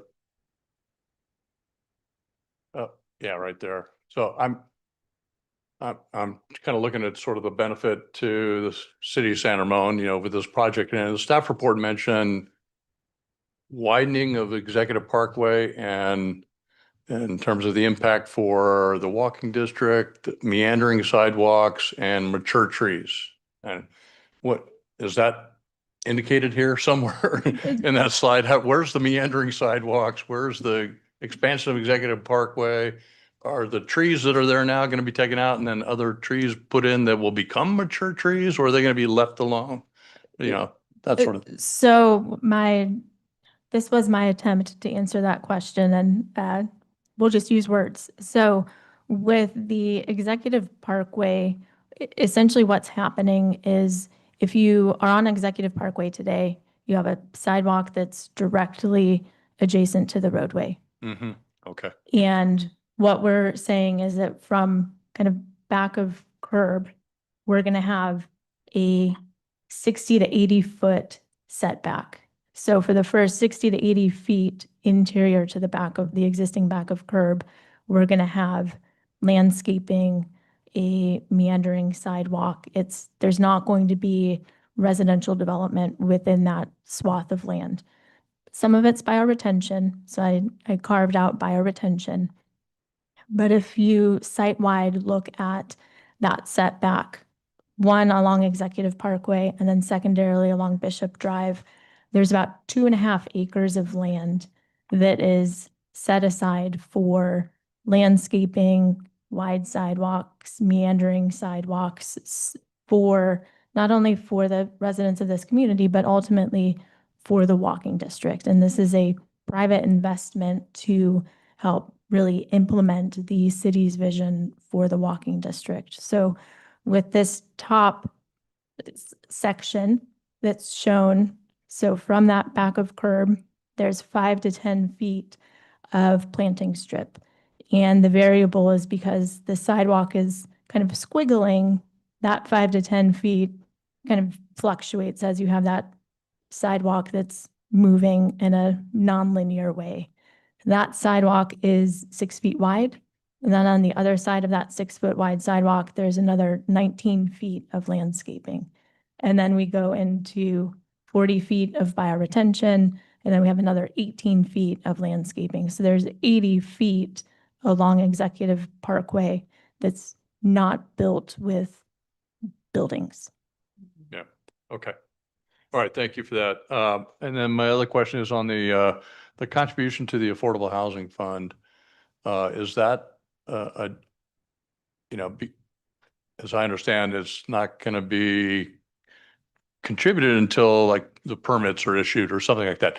So is there going to be an annual CPI adjustment to make sure that that 3,000 today will kind of increase over time?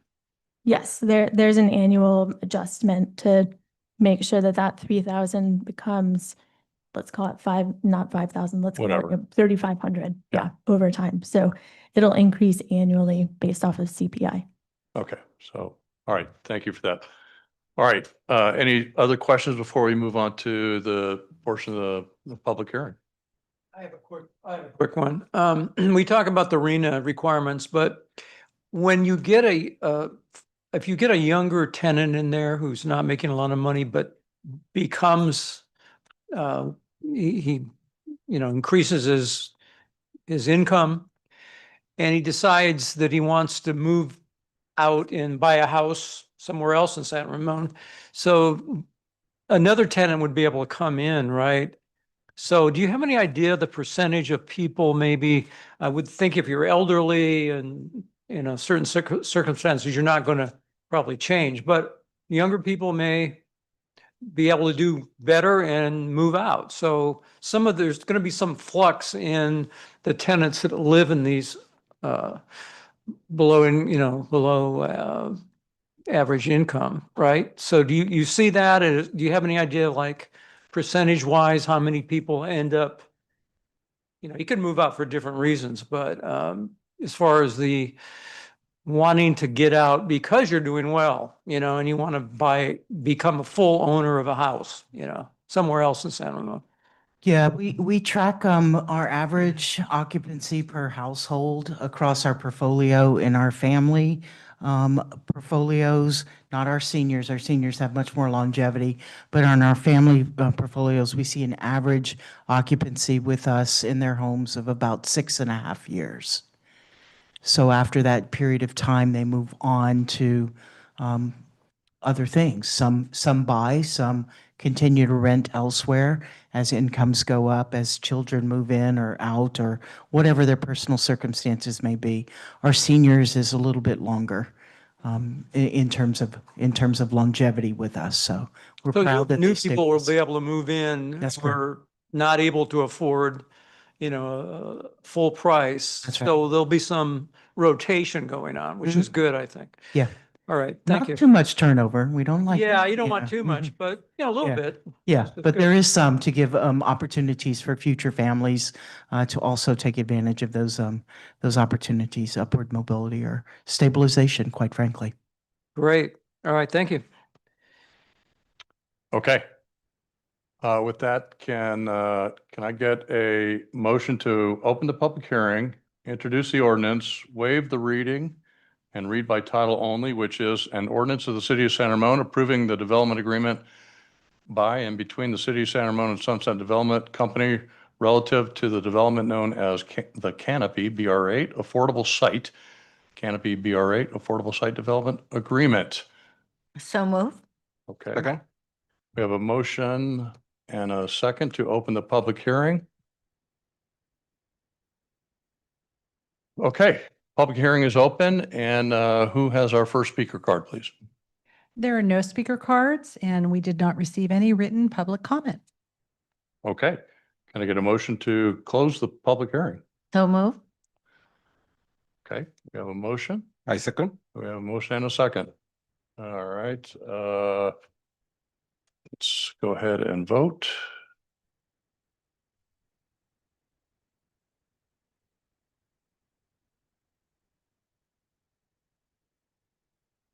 Okay, so public hearing is closed, and so now it's before the council for your comments. And again, the discussion is about the development agreement, the terms of the development agreement, kind of what's in it and the appropriateness of it, similar to the discussion we had back in August for the Camino Ramon project, where we were basically doing the same. So who would like to start off with comments on this?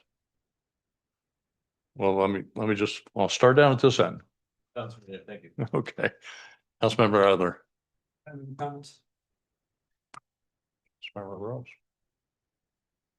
Thanks, Mayor. Thanks for sharing the information. I think there are definitely some key pros getting that extreme or deeper affordable housing. I definitely like to see that because we want to bring more affordable housing to San Ramon to meet our arena, as well as to keep a vibrant community here, especially a lot of young adults that they are coming out of our schools and from our community colleges. They are very keen to come back to San Ramon. So we want to definitely look into that. And also, we definitely want to see our workforce who are working here in San Ramon. They should be able to afford. They should be able to live here across the spectrum. So we definitely want to make sure that we provide that. Also, thanks for Dixie for sharing all your information about Eden and providing us a presentation. So this is not like some rundown segregated housing. This is a high quality housing that we wanted to provide. So that aspect is also very favorable. I like that one.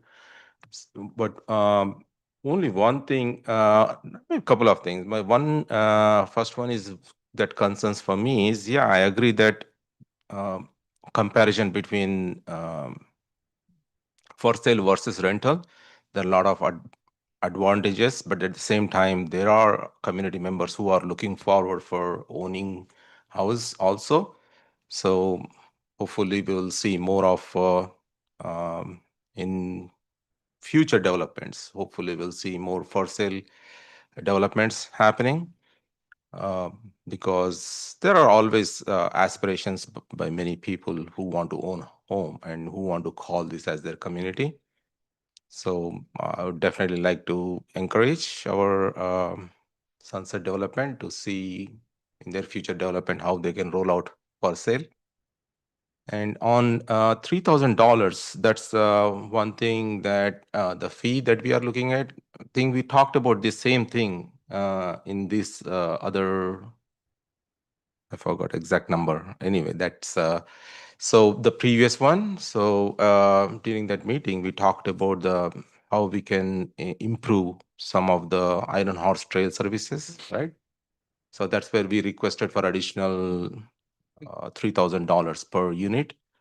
I think what I'm thinking about is because now once we put together this house with 160 units or 161 units with additional community members that they are going to join us, we definitely want to see how we can add some additional services for them as well as for the community. Because when they are moving, all these residents, when they move here, obviously our parks, our Iron Horse Trail, that usage and a lot of other community services will be increasing, right? So definitely we want to see how we can I definitely want to see how we can get more fee on this one, because so that we can add more facilities for the community as such, as well as overall for San Ramon, plus that residents who are going to live there. It could be it could be related to improvement in our transportation.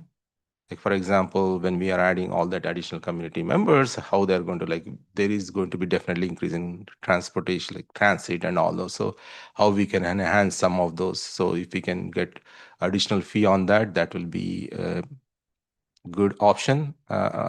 Transit as well as parks and community services wise, as well as if we can support some of our educational services or some of our parks and community services programs. So that's where I think we need to look into it. But otherwise, I think this is a good one, especially deeper affordability. That's definitely a very good point for me. Okay. Like where you're going with that. All right. Councilmember Rubio or Vice Mayor Rubio. So I was just going to say, I mean, I echo very much of, I mean, I won't repeat it again because there's, no need to per se, but it's, I echo very much what Councilmember Varro said. I think that, our San Ramon is already an exceptional city, but I think this is going to be really the litmus test of us showing what we can do. I think a real exceptionalism is when you can be fully inclusive and still excel and shine as a city. And I think that there's been a lot of thoughtfulness done to how things are getting done to make sure that, we get, that we are providing a community that is welcoming to all. That's where our exceptionalism really stands. And so, I think also, like has been mentioned, we've talked about several times about, yes, we need students, we need children back in this community. And, our schools are needing more kids. So for funding, obviously, but it's also, we need them there. We want them there. We want them to have an opportunity to attend the great school system that we have here. And so just, and yes, there are pros and cons to housing, affordable housing versus rental. Hopefully, we will continue to still, as mentioned, add some affordable housing for purchase housing, because it is true, there are going to be some families who simply will never be able to afford, market rate homes. It's just not an option. But, we want people to feel that the American dream is still possible for them. And that may be the only opportunity they have. So I hope we will continue to do that as well. But other than that, I just want to say thank you for the thoughtfulness and thank you for the working in cooperation with the city to make sure that we do things right. And please give us updates as you move along. We want to, be a part of problem solving and making sure we continue to create a beautiful city. Thank you so much. All right. Anyone else? Okay. Well, again, Annalisa, thank you. Dixie, thank you. Stephanie, thank you for your comments, your answers to the questions this evening. Like we talked about back in August, I think this whole idea is a win-win-win, right? It's certainly got to be a win for Sunset Development, Bishop Ranch, because you wouldn't be coming to us with the development agreement and you wouldn't be proposing these things if it wasn't good for you, but it's certainly good for the city. It helps us with our meeting our affordable housing requirements. I think it's good for our future residents too, our current residents as well as our future residents. Because we're getting the deeper affordability, we're getting more affordable units and all that, just like in the previous project that we discussed. And I do appreciate that there are some improvements to the consideration of the walking district and the meandering sidewalks and the expansion of the Iron Horse Trail, the landscaping, the setbacks and things like that. I think that's all, that's wonderful. But I kind of go back, and this is kind of sound like a broken record, but like Councilmember Rose said, he mentioned Iron Horse Trail and improvements on Iron Horse Trail. This is directly connected to the Iron Horse Trail, not so much BR8 and Canopy project, but where we're talking about transferring the affordable, requirement from is BR1 and BR3, right along the Iron Horse Trail, just like last time. And so I think there is a nexus there. I don't, and that could be for improvements to the trail itself. That could be for the future bridge over Crow Canyon Road. That could be for the dual tracking that the county is proposing between Bollinger Canyon and Crow Canyon. Or if nothing else, maybe an improvement around at the roundabout where the bridge comes down at the entrance to Central Park. There's a lot of opportunity here for improvements related that will directly benefit those residents, that'll be moving into BR3 in particular, but BR1 and BR3. So I like the idea of something similar to the $3,000 per unit. That in this case it's what, $765,000. And frankly, I'd like to see something like that again. What this does is it provides something that's tangible again. So it provides something that is visible, a community benefit, whether that's directly on-site or even an off-site benefit. But it's something that the residents can see. They don't necessarily, the rest of our residents now don't necessarily see deeper affordability. They don't necessarily see the more affordable units. That's all great. That really helps us as a city. But, what is it? Walking district improvements, that's great. But I think this idea of some kind of additional funds into an affordable or into a kind of call it Iron Horse Trail Enhancement Fund or something like that.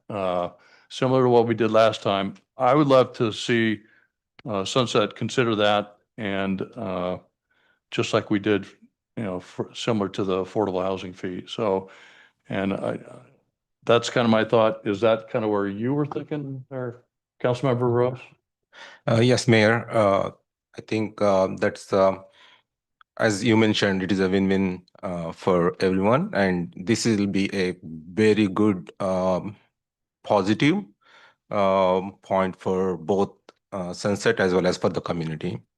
So I think we should be looking at the similar approach that we did for the previous project, the similar fee or adding fund to either Iron Horse Trail or community development fee, something where we can utilize those funds.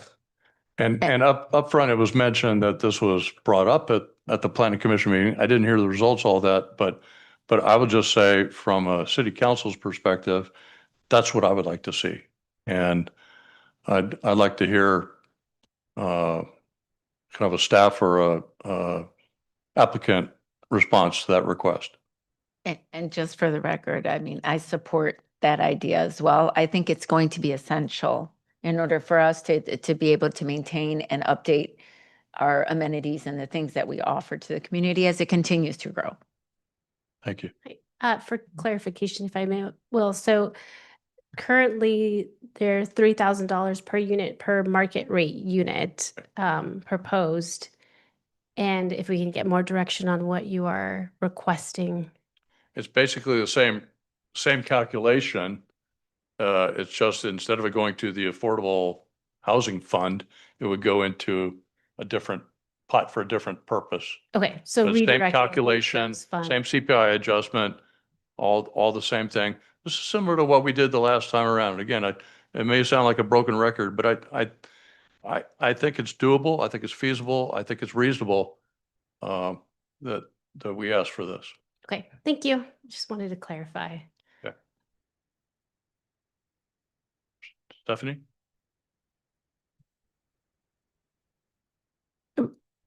Yes, we will agree to the $765,000 contribution towards the Iron Horse Trail, comparable to what we had done with the prior development agreement. And I think we drafted language last time. I don't know if we can copy and paste language this time or how we proceed with that, but yeah, yes, we agree with the request for the $765,000 with the escalator for Iron Horse Trail improvements. Okay, I appreciate that. Thank you very much for that. And let me kind of turn to the city attorney at this point. What do we need to do? Should we take a break for a moment to confer with the right parties to make sure we have the right language? Because we're going to vote on an ordinance and a resolution here in a moment. Correct. Yes, it would be worthwhile for us to take a break and we could get together with the applicant and agree to some language that we can bring back to the council for, for approval. Okay. 10-minute sufficient? Okay, let's take a 10-minute break.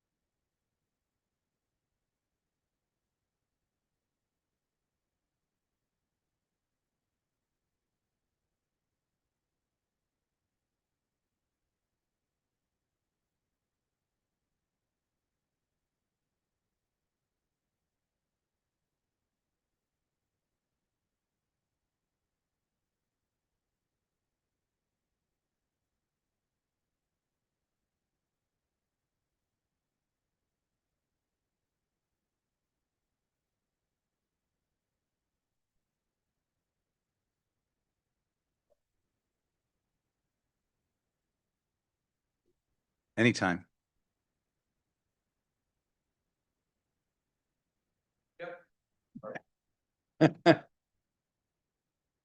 Well, there's need and there's want.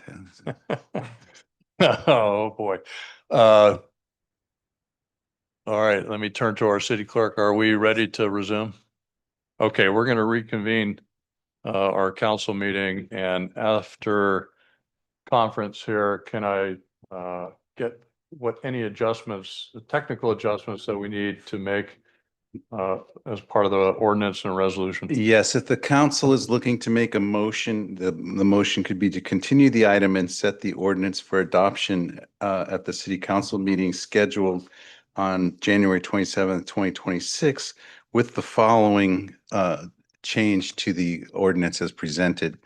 And that would be to add section 6.9 entitled Iron Horse Trail Improvements. And it would read as follows. In addition to the land dedication, developer agrees to pay the city a fee of $3,000 for all residential units at BR8, in parentheses, the canopy for sale units, close parentheses, period. On each annual anniversary of the effective date, the fee shall be adjusted based on a change in the Consumer Price Index, CPI. The CPI shall be the monthly consumer price index for all urban consumers, CPI-U, U.S. city average. All items as published by the U.S. Bureau of Labor Statistics on the anniversary of the effective date.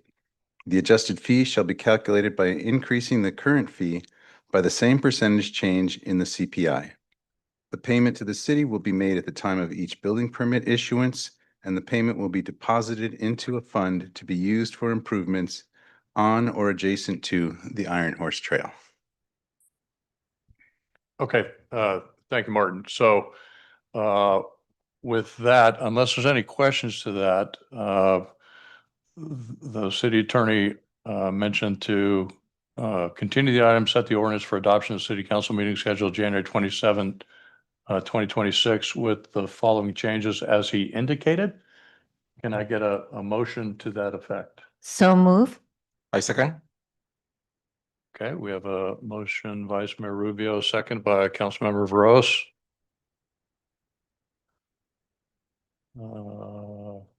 Hit your second button one more time there, please.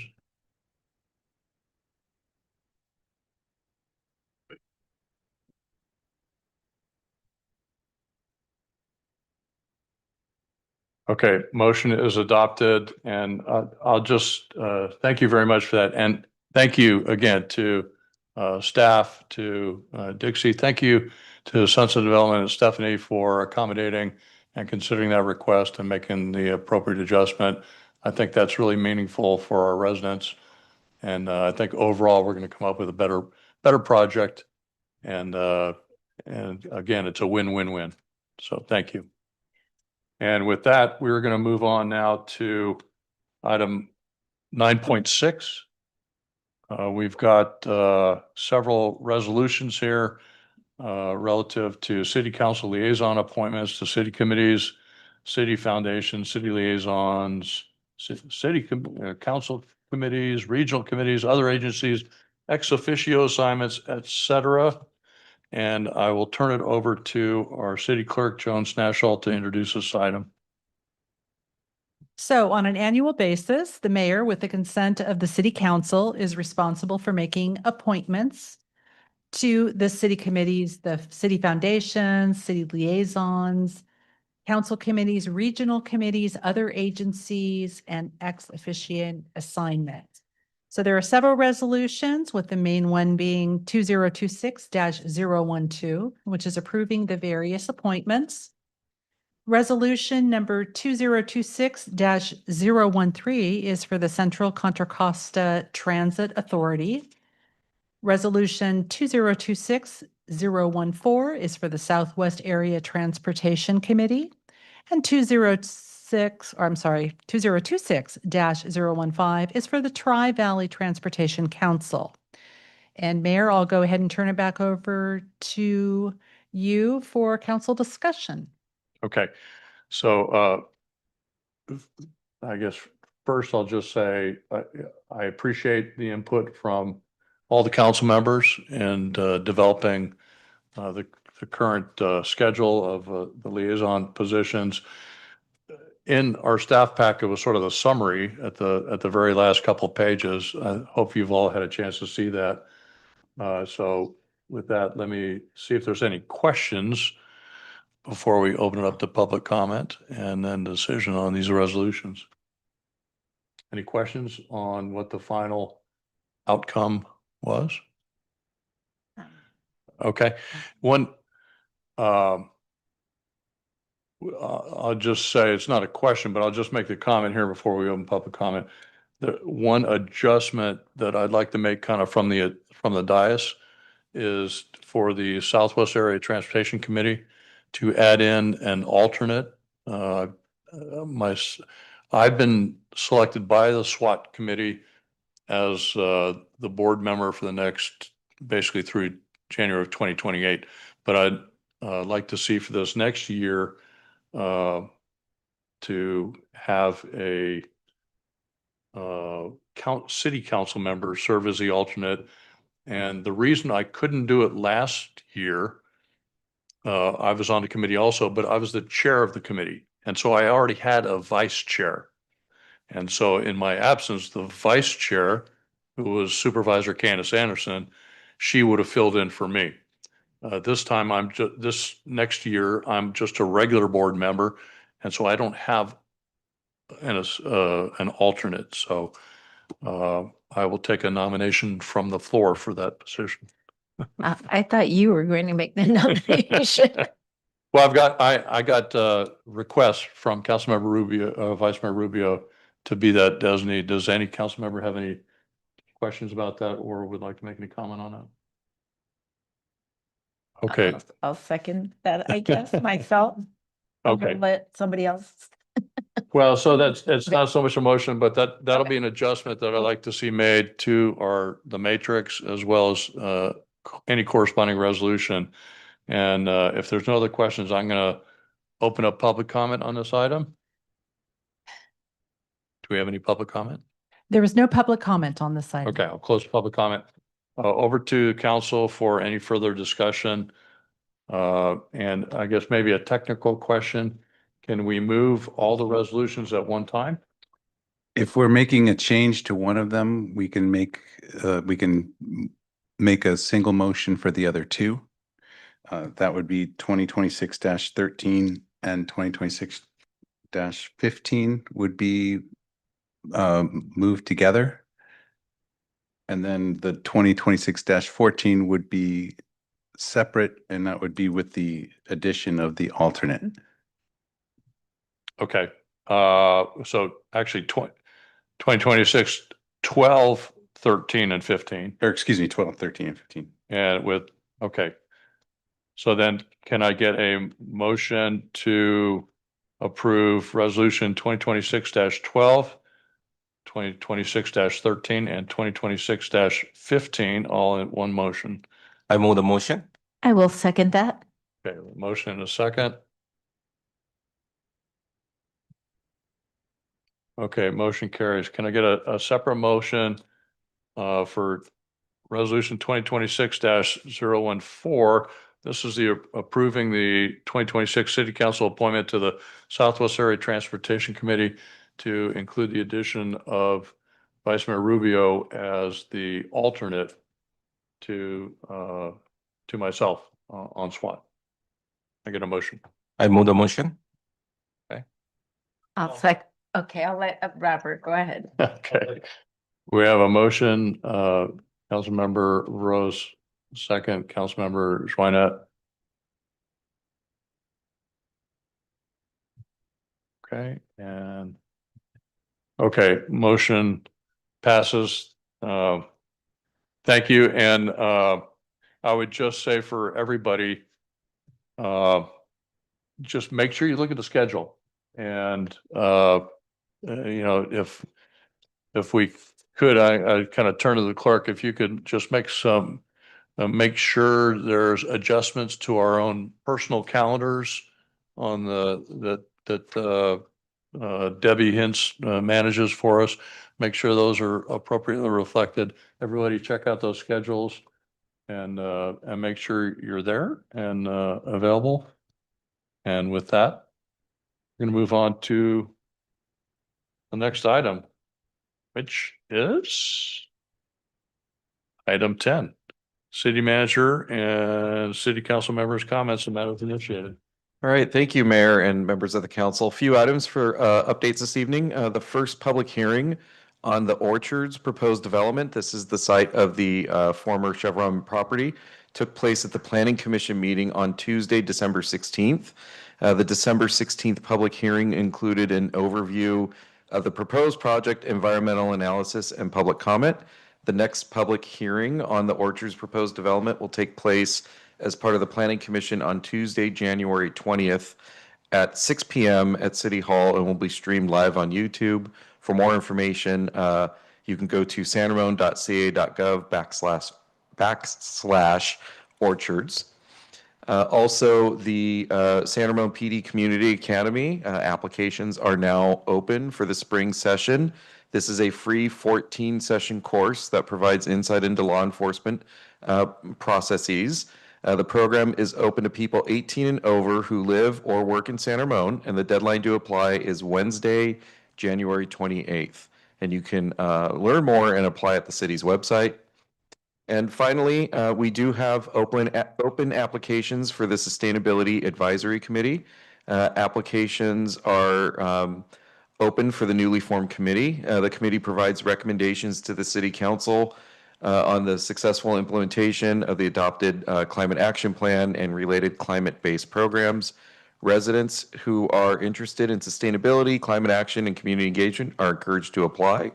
The deadline to apply is 5 p.m. on Wednesday, January 28th, and we have more information on the website. And with that, that concludes my updates for this evening. All right, thank you. So again, our last meeting was way back in early December, so a lot of things had taken place, but it was the holidays, so if you could, in your reports, consider it could be a lot of things. But if somebody else was there with you, make mention, then maybe we don't have to repeat it. So let me start with Councilmember Reinert. Thank you, Mayor. First, I want to thank Happy New Year and and welcome back, everybody. Serving my first full year here, I want to thank the staff, and I want to thank Debbie and the others for.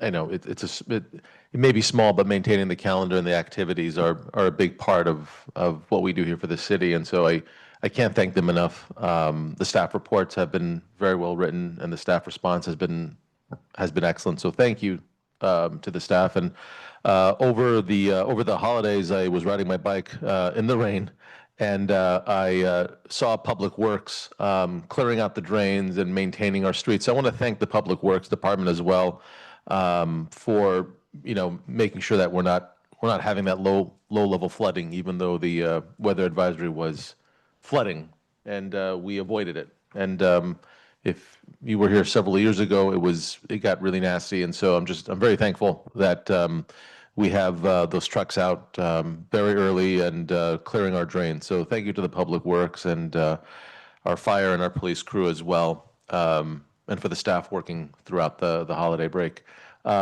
Just a quick update. We, myself, the mayor, and Councilmember Adler, we attended Chief Aguiar's swearing in ceremony, which took place last Saturday. So congratulations to the chief. And that's it from me, Mayor. Thank you.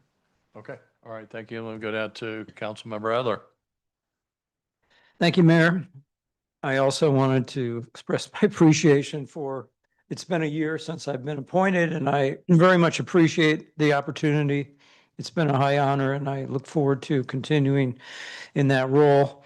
I wanted to mention a little plug for the San Ramon Historic Foundation Crab Feed, which is coming up on January 24th, Saturday, to support the Boone House restoration. So it's very important that we preserve that, and I hope that you can attend. Since the last council meeting, I did ago with Vice Mayor Rubio. I participated last month at the Wreaths Across America at the Alamo Cemetery in Danville. We placed wreaths on the graves of veterans who had served our nation. And this is done also around all 50 states.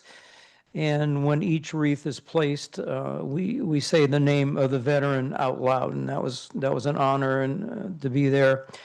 On Sunday, December 14th, Vice Mayor Rubio and I attended the Hanukkah celebration at the City Center, and it was a wonderful festive celebration, but got to say it was also sad because of the fact that the rabbi mentioned the terrorist attack that actually that was the first day of Hanukkah that occurred on Bondi Beach in Sydney, Australia. So that was very sad also that occurred. On Monday, December 15th, actually, Sunday, the 14th, I went to the VFW Post 75 recognition dinner at the Veterans Memorial building in Danville, and Councilmember Swinett and Vice Mayor Rubio were also there. We recognized a number of people, including the outgoing Fire Chief Paige Meyer. Also attended on Monday, December 15th, the Open Space Advisory Committee meeting that Brad Morris, the division manager, presided over. The main purpose is to renew the current, decide on whether we want to renew the current 6 charges. We need to have clear expectations for that committee. And those charges were set in 2014. So we have to decide, or they have to decide where we're going to go from here. And Phil alone mentioned that we need a vision document of 1 page, which might be a good idea. Moving forward, on December 18th, I attended the Central Contra Costa Sanitation District meeting. They went over the fiscal year new goals. Don't want to go into all those, but then more recently, on Thursday, January 8th, I attended the Library Advisory Committee meeting. They approved the new Story Walk book selection. It's called What a Wonderful World, after the Louis Armstrong song of the 60s. They also reviewed and approved the 2025 Library Advisory Annual Report, which will be presented to Parks and Community Services, and also, I believe, the City Council later in the year. And also on Saturday, January 3rd, I went to a Eagle Scout Court of Honor Award, which the mayor was also there, and he spoke about being an Eagle Scout. And also this was to recognize Vahan Nayak, who is just an amazing guy. I mean, a young kid, but boy, he's got his act together. And of course, when you get to that level, it takes strong parents, it takes scout leaders, and a whole host of people to get you into that, high honor. So that was, I just loved being there. I was just so proud of this young man, and the fact that we have this in our community is just fantastic. So that's all I have. Thank you. All right, thank you. Been busy. All right. To Councilmember Riveros. December 18th, attended our Finance Committee meeting along with Vice Mayor Rubio. We did review a couple of items that we reviewed today in the council meeting of approving amendments to financial year 25 adopted budget. And also we reviewed authorizing mid-year financial year 26 budget adjustments. And there were multiple events that happened in the community during the holidays, so I attended those. Just to let you know that on this Monday, January 19th, we have MLK Day celebration in City Hall. in Rotunda. So it will be great if everyone can join. So that's on my updates. I want to do one matter initiated. Sure. This is Go the ahead. time, right? Okay. So so one of the concern I have is about our affordable housing that is going on. I know we are doing rental. Also, we are looking at for sale. I want to see the percentage of what percentage that or the ratio that we have right now in our city, rental versus for sale, so that we want to review it as we already talked about in the previous item, but then we want to make sure that we are going in the right track. So that will be great. Okay, we can bring an item back to the council describing the current ratio. Also, we have numbers for the overall city core plan. Still, a large portion of it will be ownership versus rental versus, everything. So there is a mix. What you're seeing here with the two Eden projects so far is a smaller portion of the overall picture. But we'll make sure to get that presentation to you. It's great. Thank you. Yep. All right. Thank you. Over to who's next? Where did I leave off? Vice Mayor Rubio. Just kidding. So on December 10th, I attended the Contra Costa County LAFCO meeting. Nothing relevant to our local region was really discussed. It was more towards Martinez and accessibility to water supplier, which was approved. And then I went to the same day, December 10th, I went to the Bay Area City Official Networking Dinner in Santa Clara, which was really interesting. I hope they have reached out to the city manager. There were some ideas for small business proposals and bringing that to, they're trying to reach out to different cities and looking for opportunities for economic development. And then on December 11th, I attended the Contra Costa County Hazardous Waste Materials meeting, where we were talking more about the PFAS, PFOAs. An idea I brought up and thought might be worthwhile considering is, could there be a way that we could improve labeling in the products that we purchase so that people have more autonomy over what they put on their bodies or ingest? And make sure that, as many of you know, that ends up getting in our water system, and it's extremely expensive to get the infrastructure needed to remove those forever chemicals. So, and then I also, December 11th, attended the East Bay Division Holiday Reception through the California League of California Cities. Really fun event. Great. It was just no meeting, just a casual time to catch up with everybody, other elected officials, city officials. And then on December 13th, as was mentioned, I attended the Wreaths Across America with Councilmember Adler. On December 14th, I went to the Community Hanukkah event for the menorah lighting at the City Center Bishop Branch, again with Councilmember Richard Adler. And, yes, despite the very somber situation that had happened, transpired on the start of Hanukkah, the community really showed up and brought a lot of the kids were there and really were focused on, the recurring theme was to keep your light shining even when there's darkness. So it was a really beautiful event, personally, in my humble opinion. And then I briefly caught the end. I had physical therapy and I made it to barely the end of on December 17th to Chief Paige Meyer's final meeting. And then on December 18th, I attended County Connection meeting. I'll just gonna keep it really. we went over the Brown Act rules, the SBA 707, which was just mentioned, which is kind of why I had already a summary, a little bit of that. But we got an electric bus update, regional measure polling results.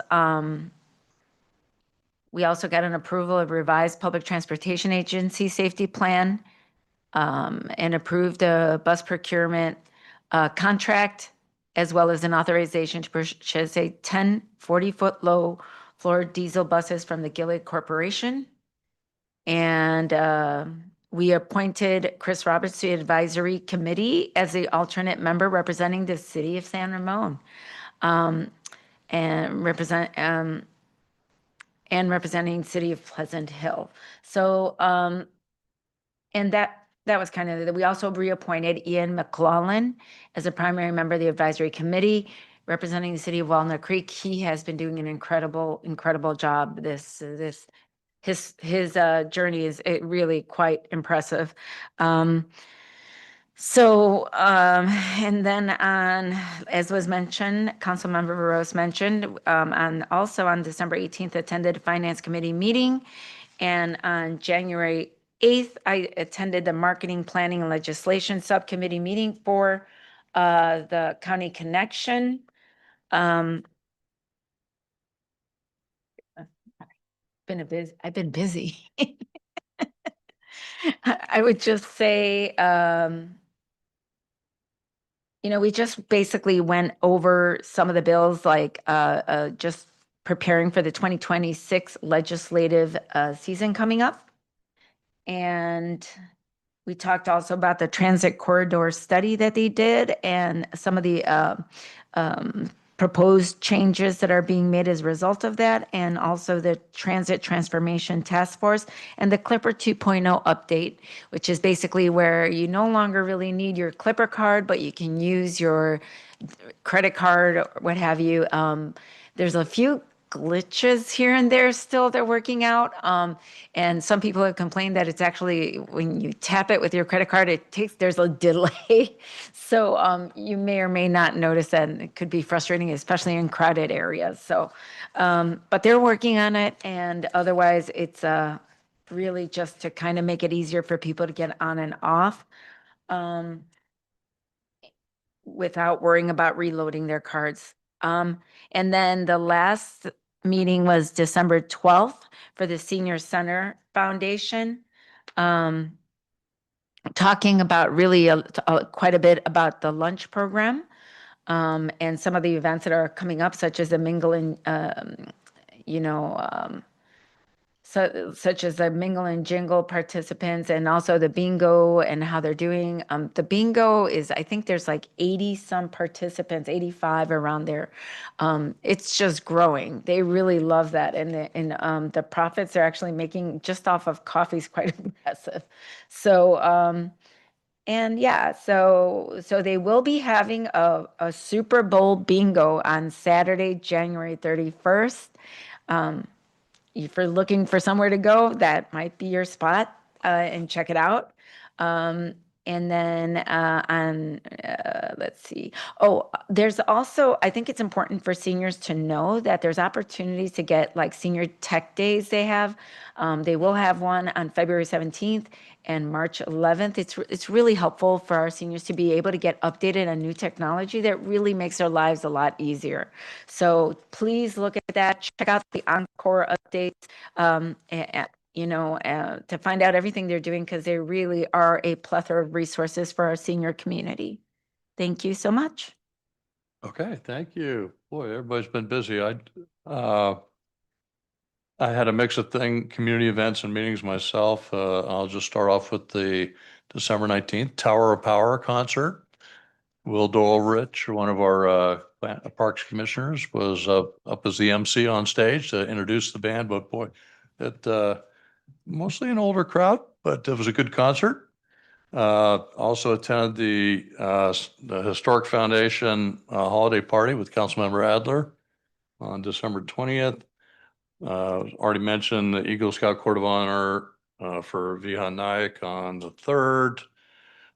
I had my last meeting as the chair of the Southwest Area Transportation Board of Directors On the 5th of January, then we kind of designated the new chair and the vice chair for the upcoming year.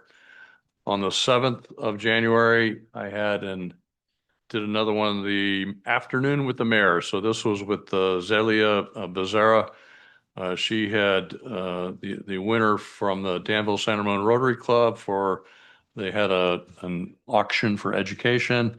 So we had a nice discussion here in the council chambers. Then we took a tour of the different staff offices, and I went over to the police department and got a good tour from Captain Cranford over there and Chief Chestnut. Then on the 8th of January, attended the Contra Costa County Mayor's meeting along with Councilmember Rubio. And the presentation was by the Mount Diablo Resource Recovery. It's a group that basically will go out and collect up reusable items and then have a way to dispose of those reusable items, repurpose them, get them to people who can best use them secondhand. And then on the 9th, I attended the Innovation Tri-Valley monthly board meeting. They had an organization called Tri-Valley Regional Occupational Program, or Tri-Valley ROP. This is an organization that trains up medical students. These are high school students that train in medical fields and then do basically internships over at some of the local medical facilities. And then there was also an apprenticeship program that was discussed that is led by the Pleasanton Unified School District. On the 9th of January, I was over at Belmont Village talking with seniors over there, along with Mike Conklin. He's the CEO of Sentinels of Freedom, basically talking about the Sentinels of Freedom program, as well as some of the opportunities for some of the seniors or the spouses or widowers of veterans on some of the benefits that they may not be aware of as veterans. And then, as mentioned, I was also at the swearing in for the new chief of the fire district on the 10th. And then finally, on the 11th, I, along with Mayor Jack Balch in Pleasanton, we presented the PLAY Leadership Awards. We did this last year also. PLAY stands for Promoting Leadership in Aspiring Youth. And there was 28 youth, members of our communities, and quite a few of them from San Ramon, that had participated in a cumulative total of over 3,478 hours of community service. So we've heard about that, everything from collecting books or collecting food or donating toys or you name it, all the different community service projects, mostly here in the Tri-Valley area, but even a couple of those internationally, affecting students, affecting young people, seniors, and just a great benefit to our community. So it's always great to recognize these people, and amazing to see all the wonderful things that they're doing and how involved they are in making our community better. And with that, those are some of the things I've been up to lately. And again, Happy New Year to everybody. I know it was a long meeting. I think we made some pretty good progress here, and appreciate everyone sticking around here to the bitter end. And with that,